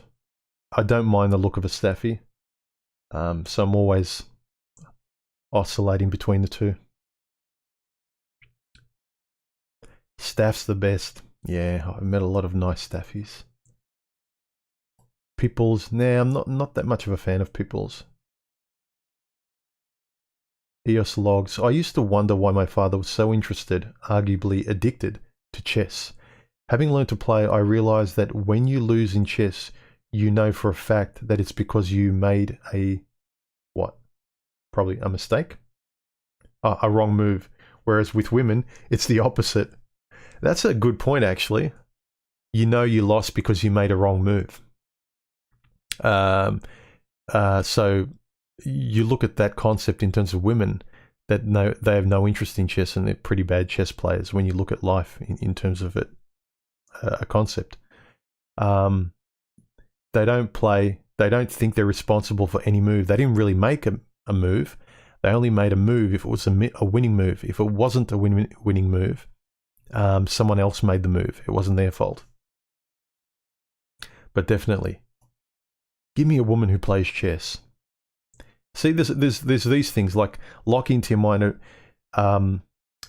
things that are the opposite of a red flag. You meet a woman who plays chess, or she reads, or she, you start stacking on positive attributes. It's not just about red flags in terms of, oh no, this is a negative, but I think it's very constructive. I think it's actually probably more as essential, not just to look at the red flags of a woman, but look at the green flags as well, in terms of what's compatible with you. What interests that do you admire that would sort of make a possible mate or a friend, someone you want to be around. Like, they're worth it.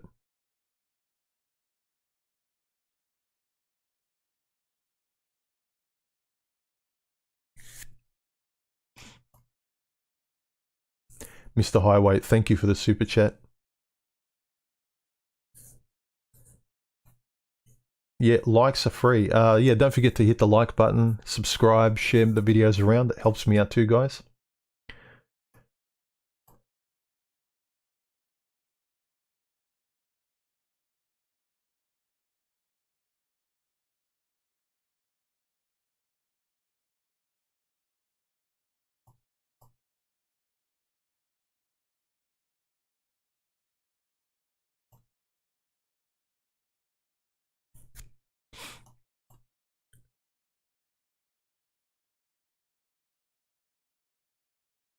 Ted, how do you feel about women with tattoos? Is that a red flag? It's a slight. How can I put it? I've been out with women with tattoos where the tattoo wasn't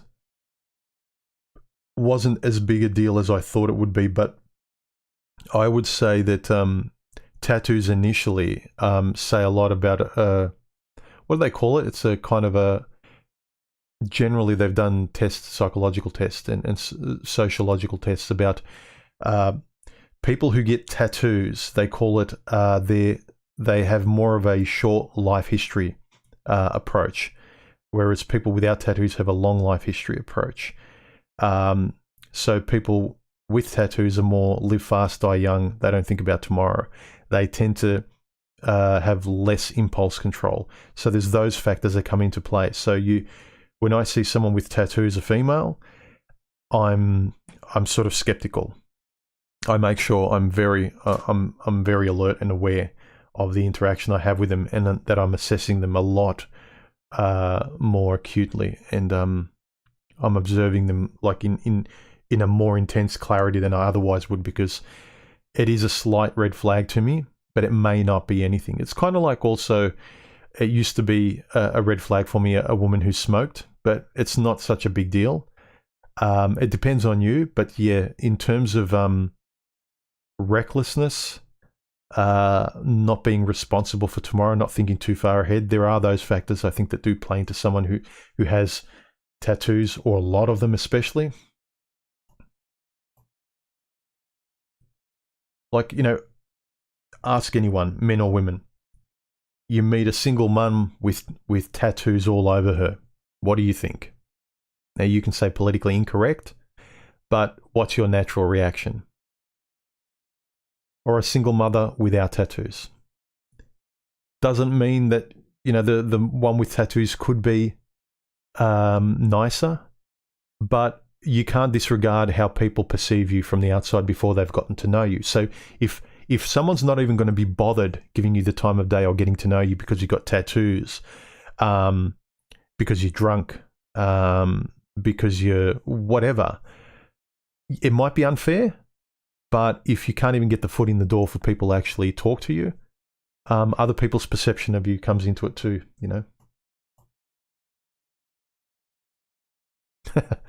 Panzer, I'm 58. Dating is like going to the dump and trying to find the least broken item.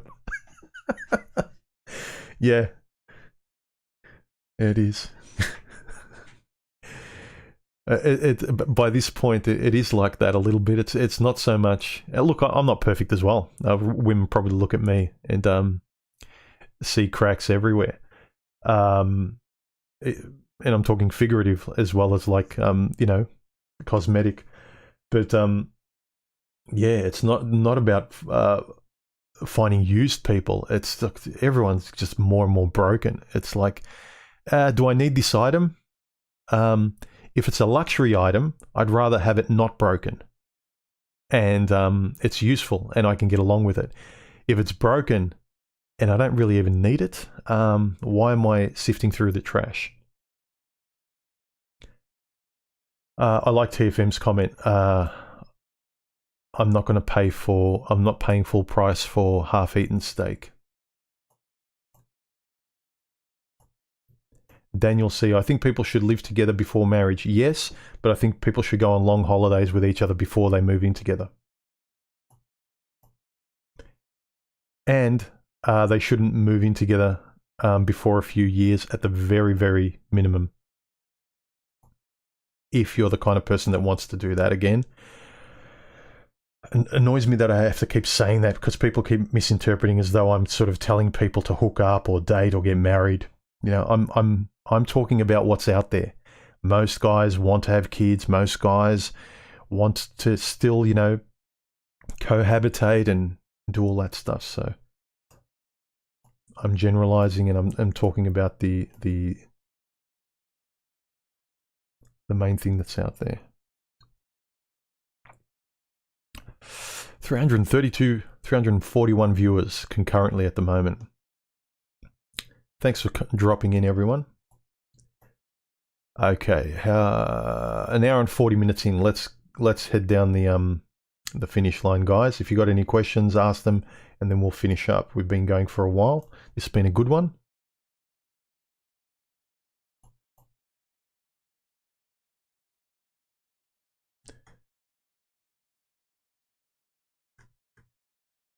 Whoa, massive jump. Okay.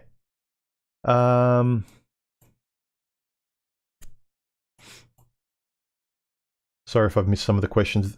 My stream keeps changing if I don't speed it up.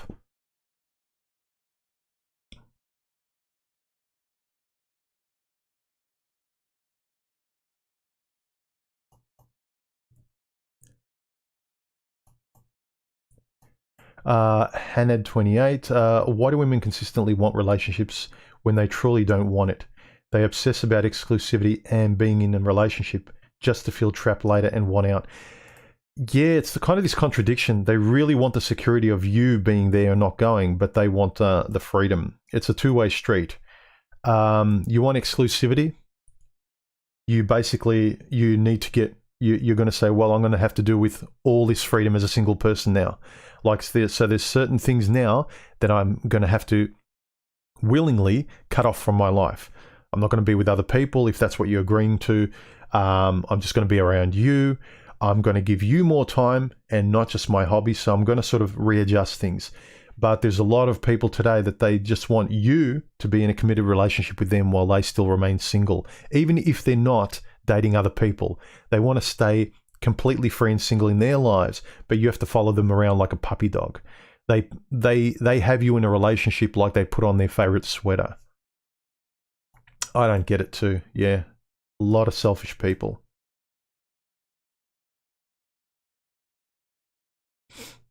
How do you stop thinking about sex? I think you feel sex a lot. The younger you are, you have to keep rubbing it out, I suppose. I was obsessed with that, like every guy was when I was younger. So it's discipline, my man, discipline, or keep rubbing it out. Keep getting the poison out.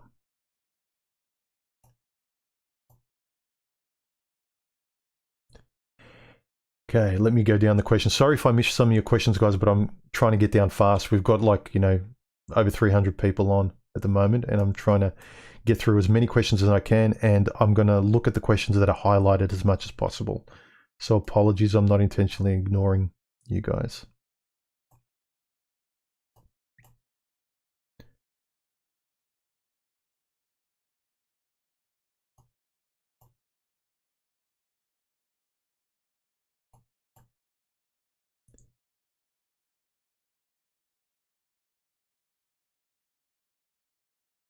Albert says, human is just trying to deal with the too. Yep, I am in my own way. I'm trying to work out stuff as well as you guys. That's why I'm trying to have these conversations and making the videos I'm making. I can't be the only one that's going through this kind of stuff and getting annoyed by the world in the way I am. Maybe getting annoyed is a bit harsh. Donna, thank you for the super chat. I appreciate it. Her question is, romance is tickets to the Boxing Day test instead of plans of going to Chadstone High Point. That's a really good analogy. And coming from a woman as well, it's a really good way of putting it that guys can understand too from a woman's point of view. A woman, if she's not sort of saying, let's just go to Chadstone or let's just go for a coffee, but her idea of romance is, hang on a minute, no, I read it wrongly. Her romance to Donna, she wants to go to the Boxing Day test, which is in Australia. Sorry, guys. This is our cricket. So for Donna, her idea of romance is going to the cricket instead of going shopping. I was actually thinking Boxing Day in terms of, what's the Melbourne Cup? There's something to do with boxing or something. There's a name in there. Anyway, I thought it was when a woman's idea of romance to you is things you don't want to do, that should tell you that's not romantic to you. That's not the person you want to be with. So for Donna, romance to her is going to the cricket, not to the shopping centre. So for me, romance for me would be sitting at home, watching a movie, just going out for a coffee or a pizza somewhere. Not going out shopping or fine dining or traveling 24/7. So that's probably a good thing to ask somebody if you're dating. Find out what romance really is to them, where they see romance residing. If from week to week they describe to you as, I love doing this, or in Donna's case, she likes going to the cricket and spending her time in these routines, and you as a guy goes like, that's exactly me as well, that's what I like doing, then at least you know doing these things with this person, that person will love doing. The worst is like you like the look of the person and you might like the way they talk and you interact, but they want to reside at the shopping centre while you want to reside on the couch or at a sporting event. You're going to be start to resent each other and pull each other apart.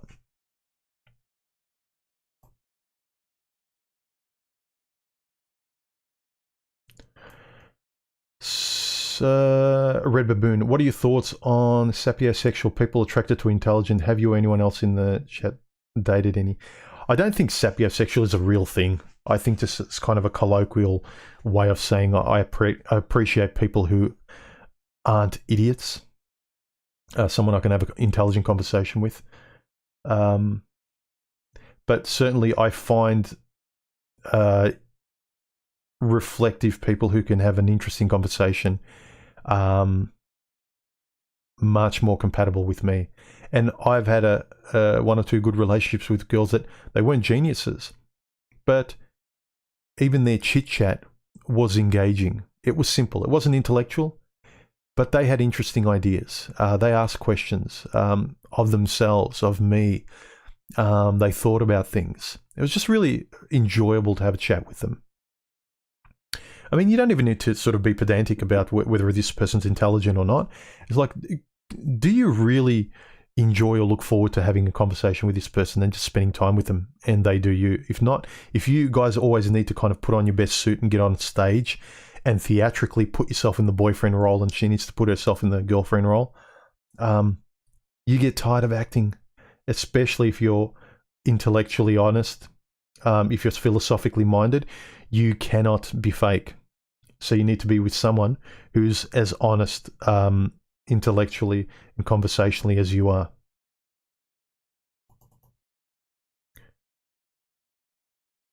Are you divorced? No. Oh, that's what I said. It's probably...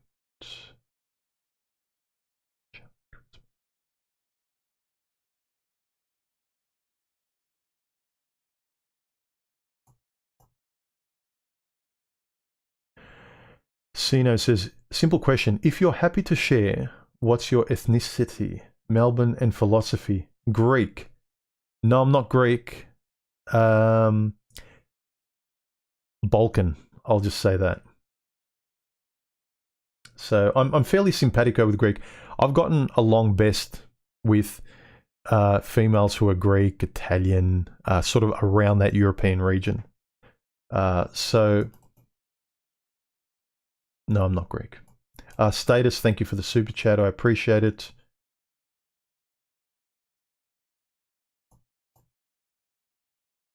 You need someone who's grounded? Yes. Yes, I do.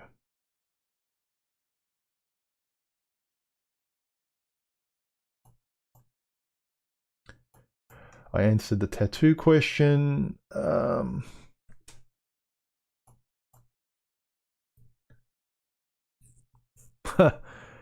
Emmett, any thoughts on physical abuse disguised as quirky teasing? Just having fun. Yeah, if what you mean is, I get annoyed where women just punch a guy in the shoulder. He'll say a funny joke and she'll punch him in the shoulder. It's like, stop it. I don't like that character. It sort of says a lot. I could be wrong.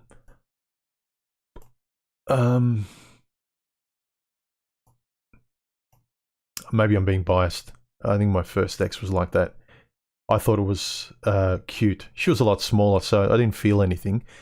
But she used to punch me in the shoulder a lot while she was laughing, or if I made her laugh or I surprised her.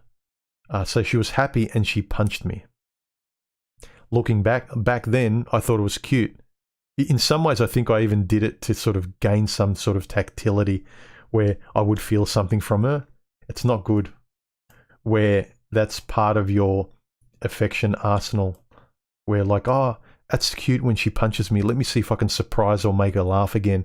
And then she'll touch me with a fist.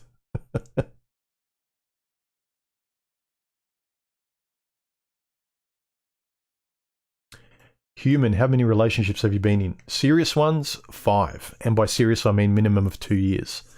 Maximum of 4. I've had a lot of flings and dates and all the stuff in between. But serious, that's what I would count as a relationship. Today, when you ask people, to them it's just actually being with somebody. You ask them today, have you been in a relationship? Yeah, 2. How long were they? 3 months? 1 month? You haven't even dated properly yet. But I know times are changing. Relationships aren't what they used to be.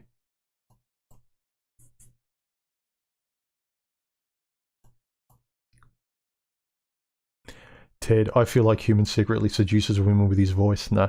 What I have noticed, like all joking aside, women I've in my past been on dates with, I can tell they find me different and interesting by the way I speak and so on and so forth. I think it's because I'm different to a lot of guys, but that interest fades. A lot of women just want that Neanderthal.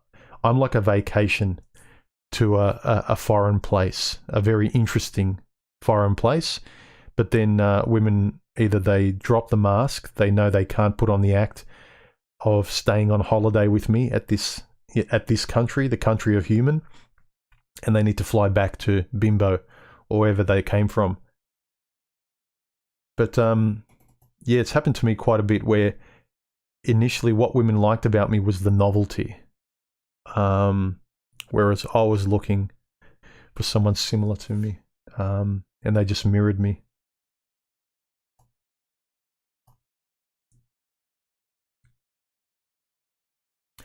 Panzel, go to the dog pound and you will get a lovable stray that will be your best companion. Yeah, well, that's actually going to be one of my first points of call, Panzer. when I do finally pull the trigger in getting a dog, I'll be going to the dog pound. Because my neighbor across the road, he's on his third dog. He's a really old guy, and he's always gotten his dogs from the pound, and every dog he's had is really, really nice. His current one barks a little bit, but he's still a really nice little fella.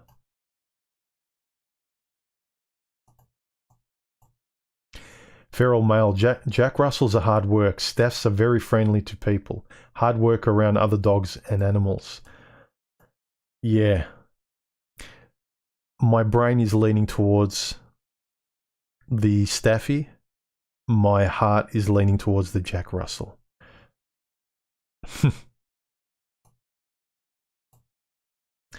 Maybe I should just pick the Staffy in the way I date women.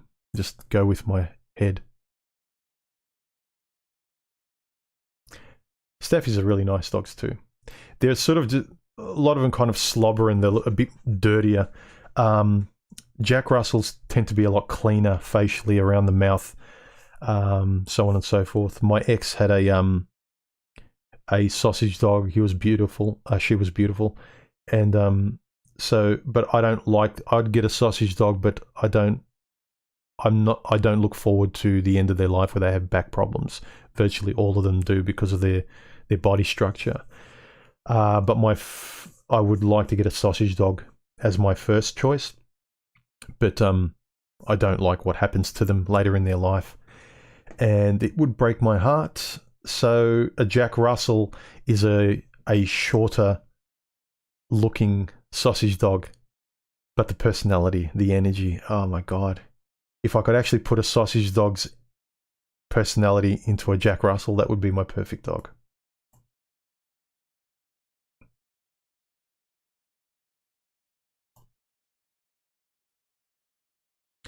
David says, human beings are social creatures and designed for relationships. It's not healthy to live in seclusion. I'd agree. I really love my solitary space, but I do recognize the need for being social, having relationships with people. Look, I do better with isolation than most people. Like the lockdowns were a great holiday for me. I loved it. Most people didn't. So I really enjoyed it. They're my holidays. Being left alone in my isolated space to do what I want. I don't need a holiday. What an exciting fellow I am. Psychologically, it's damaging to be isolated for long periods of time. Yeah, it can be. Especially if you're left alone with your thoughts. And the thoughts or the friend upstairs is a tyrant.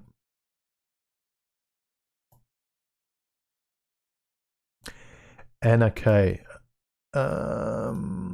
Your high level of intelligence will work against you in these fields.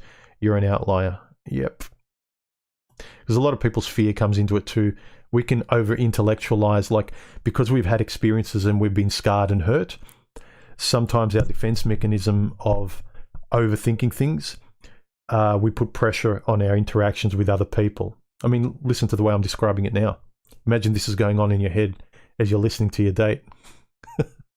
So one thing I've gotten better with is I don't ignore the red flags, but I don't overthink human interactions. So I like to have fun and have an enjoyable conversation with people. If it gets onto an intellectual one, that's even more enjoyable. But I let go. I'm not a professor.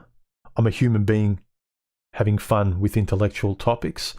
But I can have fun, idle chit-chat with people. Like I enjoy visiting my family and friends, and I don't talk to them about this stuff. This is dessert for me. But I engage with you guys and some guys online and one or two people I know. But I'd like to be able to engage a little bit with this. If I was in a relationship with someone else. It doesn't need to be in depth. But yeah, it works against you. Intelligence, because a lot of women aren't very intellectually curious, if at all. I haven't really met many that are.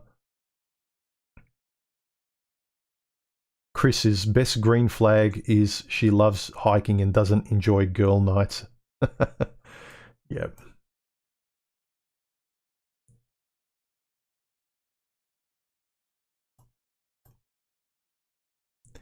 Blonde. I can't even, Blonde Thought, she says, I can't even beat a man at checkers. Can't look more than one move ahead.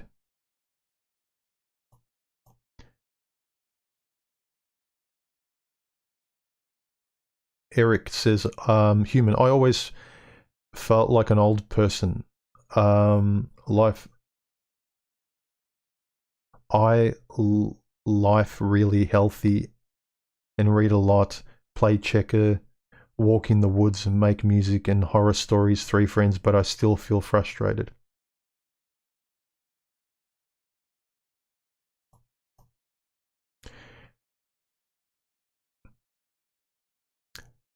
What do people keep asking? Have I been? Am I divorced? I've never walked down the aisle, guys. Sorry, I thought I answered that before. What about the guy that lived alone in Alaska for 35 years? He didn't suffer any emotional withdrawal. Yeah, there are a few guys that can live alone in the woods. But a lot of guys romanticize the idea of thinking that they can, in the same way a lot of people romanticize the idea of getting fit. But most people hate exercise. Most people find it hard. For them, it's a nice idea, much more than it is a practical exercise.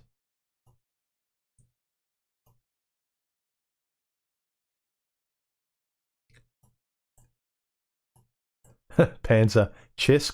Monopoly can kill a relationship. I like the metaphor. Houses and real estate and money, yeah. For those of you who didn't get it, or maybe you didn't mean it that way, but that's what I saw.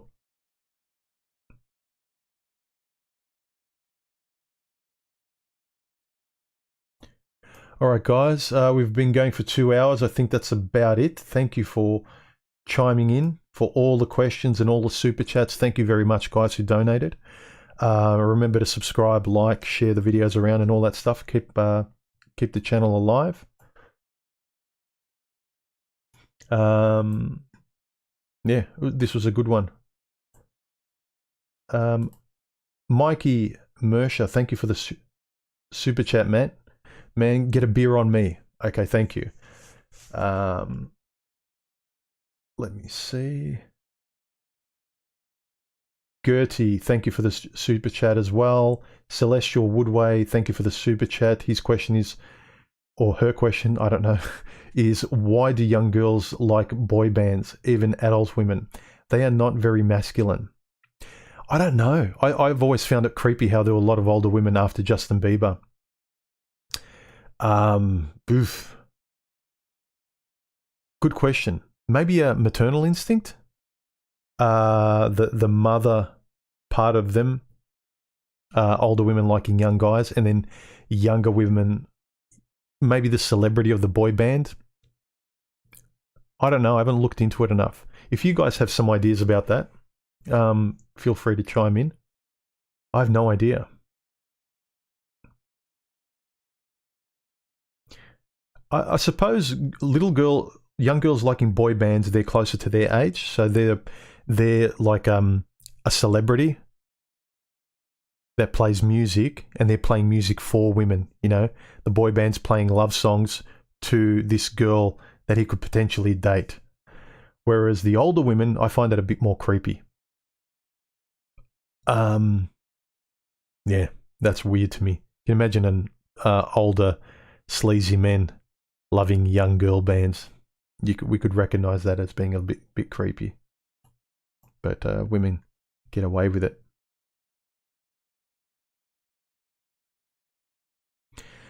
Just quickly scrolling down. Do you have any good do you have a good relationship with your mother? Yes, I do. A very good one.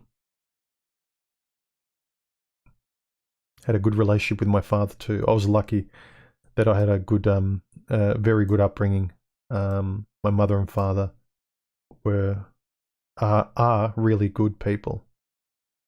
My father was a very good man.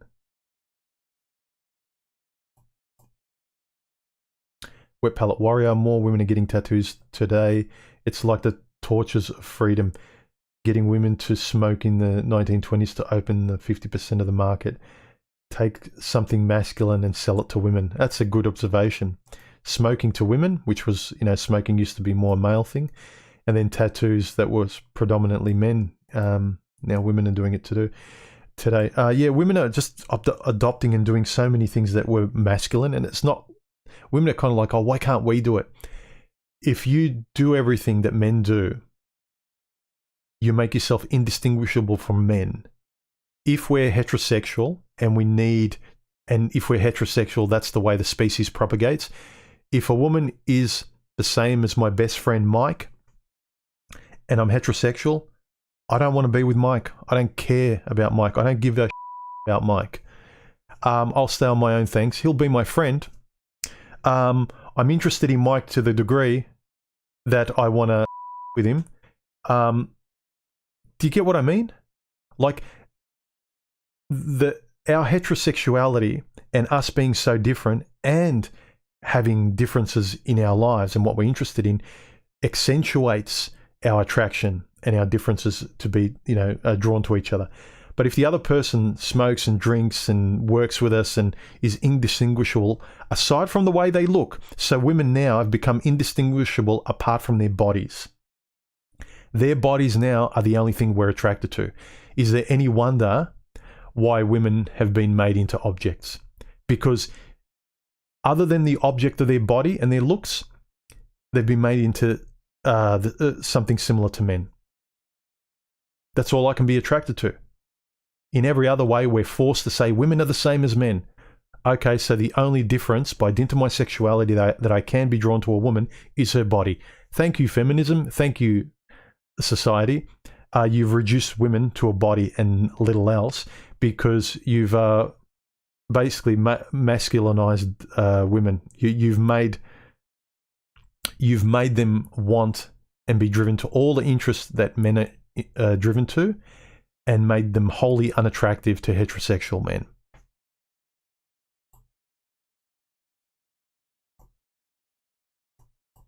All right, let's wrap this up.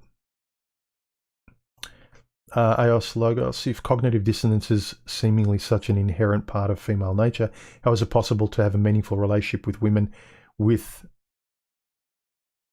objectification? Good question.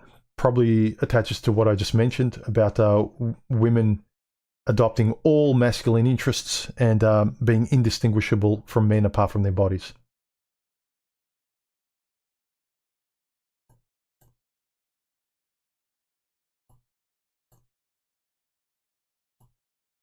Add to that the laws, where it's not just the story we read on the news. We just see friends and relatives go through divorces, men losing their kids, and it's not on the news anymore. It's not like we don't get together with friends and say, oh, did you watch the news story of that guy getting divorced? And the judge took everything away from him and his wife got the kids. Oh my God, yeah, did you see that? That's not newsworthy anymore. It's common. But, again, all I'm saying is to keep your eyes open, guys. It's your life. If you want to have good relationships, friends, or lovers, have your eyes open. If nothing's going to stop you, have your eyes open.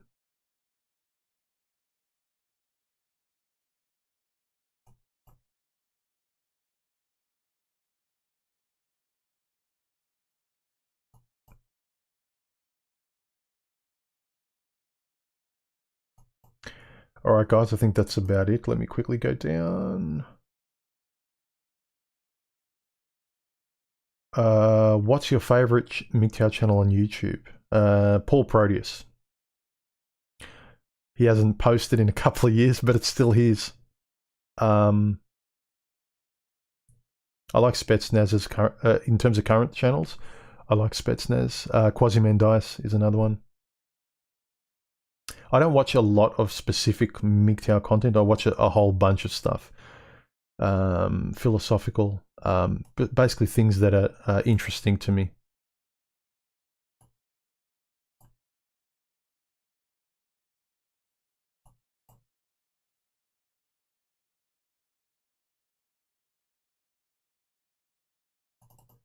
Quasimandias Rottweiler. As in you had a Rottweiler, or I should get a Rottweiler? I don't like the aesthetics of a Rottweiler. They're fairly slobbery as well. Maybe it says a lot about sort of figuratively, like I like the sausage dog, Jack Russell, the clean, short-haired, low maintenance. It probably reflects a lot of what I'm looking for in a female as well. Not the short-haired bit, but the practical, low maintenance, sensible aspect of a woman.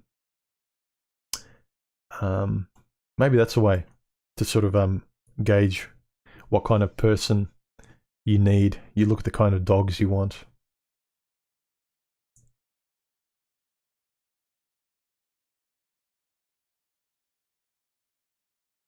Yeah, a dog will never abandon you.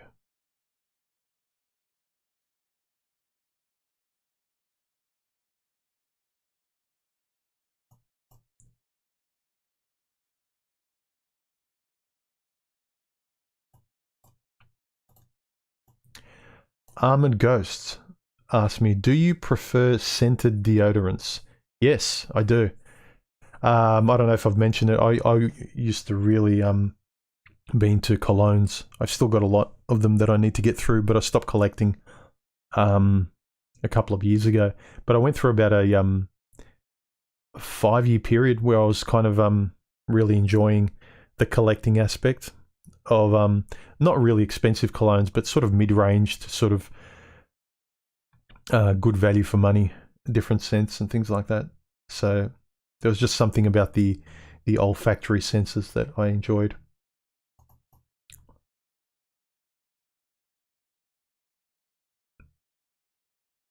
But I do prefer scented deodorants.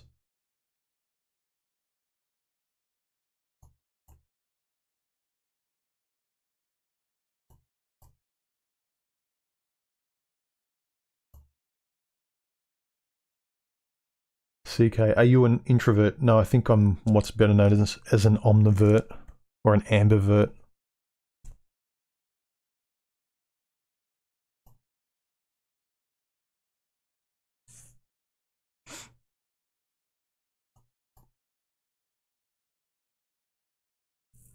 And goes pet pig or pet dog? Pet dog.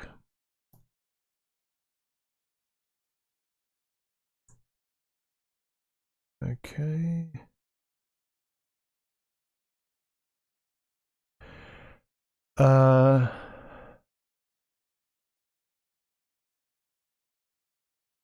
Stevie Hart channel.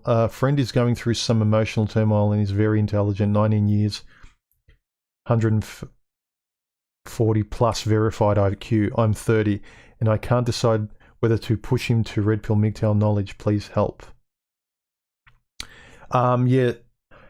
Intelligence, when it comes to the matters of the heart, your IQ sometimes doesn't help at all. The smartest guys are turning to complete idiots when it comes to relationships and romance and love and all that kind of stuff. So the two, I haven't seen very much proof of it correlating. You know, just because you're really smart doesn't mean you can use that. Thank you, Shadow Ghost, for the donation. I appreciate it.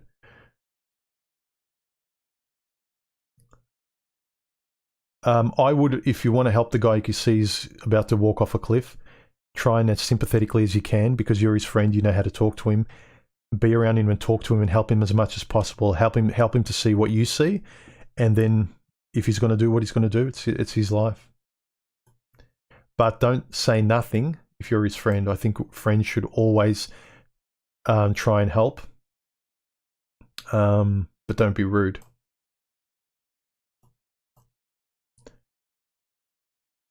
Let me just fly down here. I'm trying to end the stream, guys, but you guys keep adding a lot of really good questions. JW, do you think Mgtow as a whole stimulates far too much complaining among guys about female nature? Yes. I personally don't see many upsides to Mgtow in terms of men bettering themselves. Currently, the way the environment is, yes, I would agree generally. But there are some channels that still that don't just focus on that low-hanging fruit, that focus more about sort of from the man's point of view.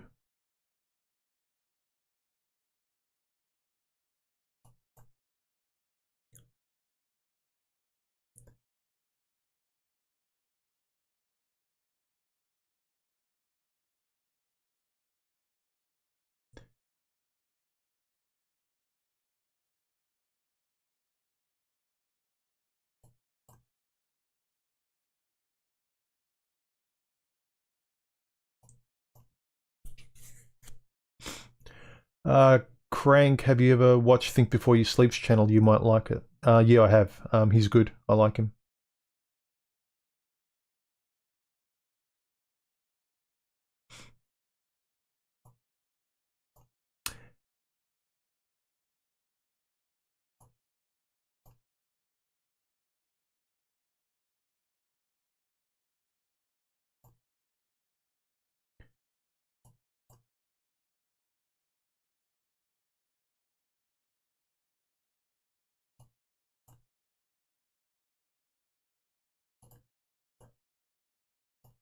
George, human, how did you deal with one-itis during your early red pill journey? I'm 21, by the way. Probably similarly to you. It was hard. Keep your wits about you. The stuff you know to be a red flag or a bear trap, when it presents itself, don't step in it thinking, oh, well, maybe it won't be. If there's no doubt that this is a line you don't want to cross, don't cross it. If a woman's pushing you to say yes and you really want to say no or ignore or delay. But be honest, because too many men just say yes to every woman's request, even though something inside them is screaming like, no, I don't want to do this. This feels uncomfortable. I'm being pressured to give an answer and I'm not sure. Listen to that, because it's your life, man. You could be throwing your whole life down the drain. Anyway, guys, that's more than enough today. It was really, really good. Some great questions, great comments. Keep them coming in the comment section. Subscribe, hit the bell. Donate if you feel like it. You don't have to.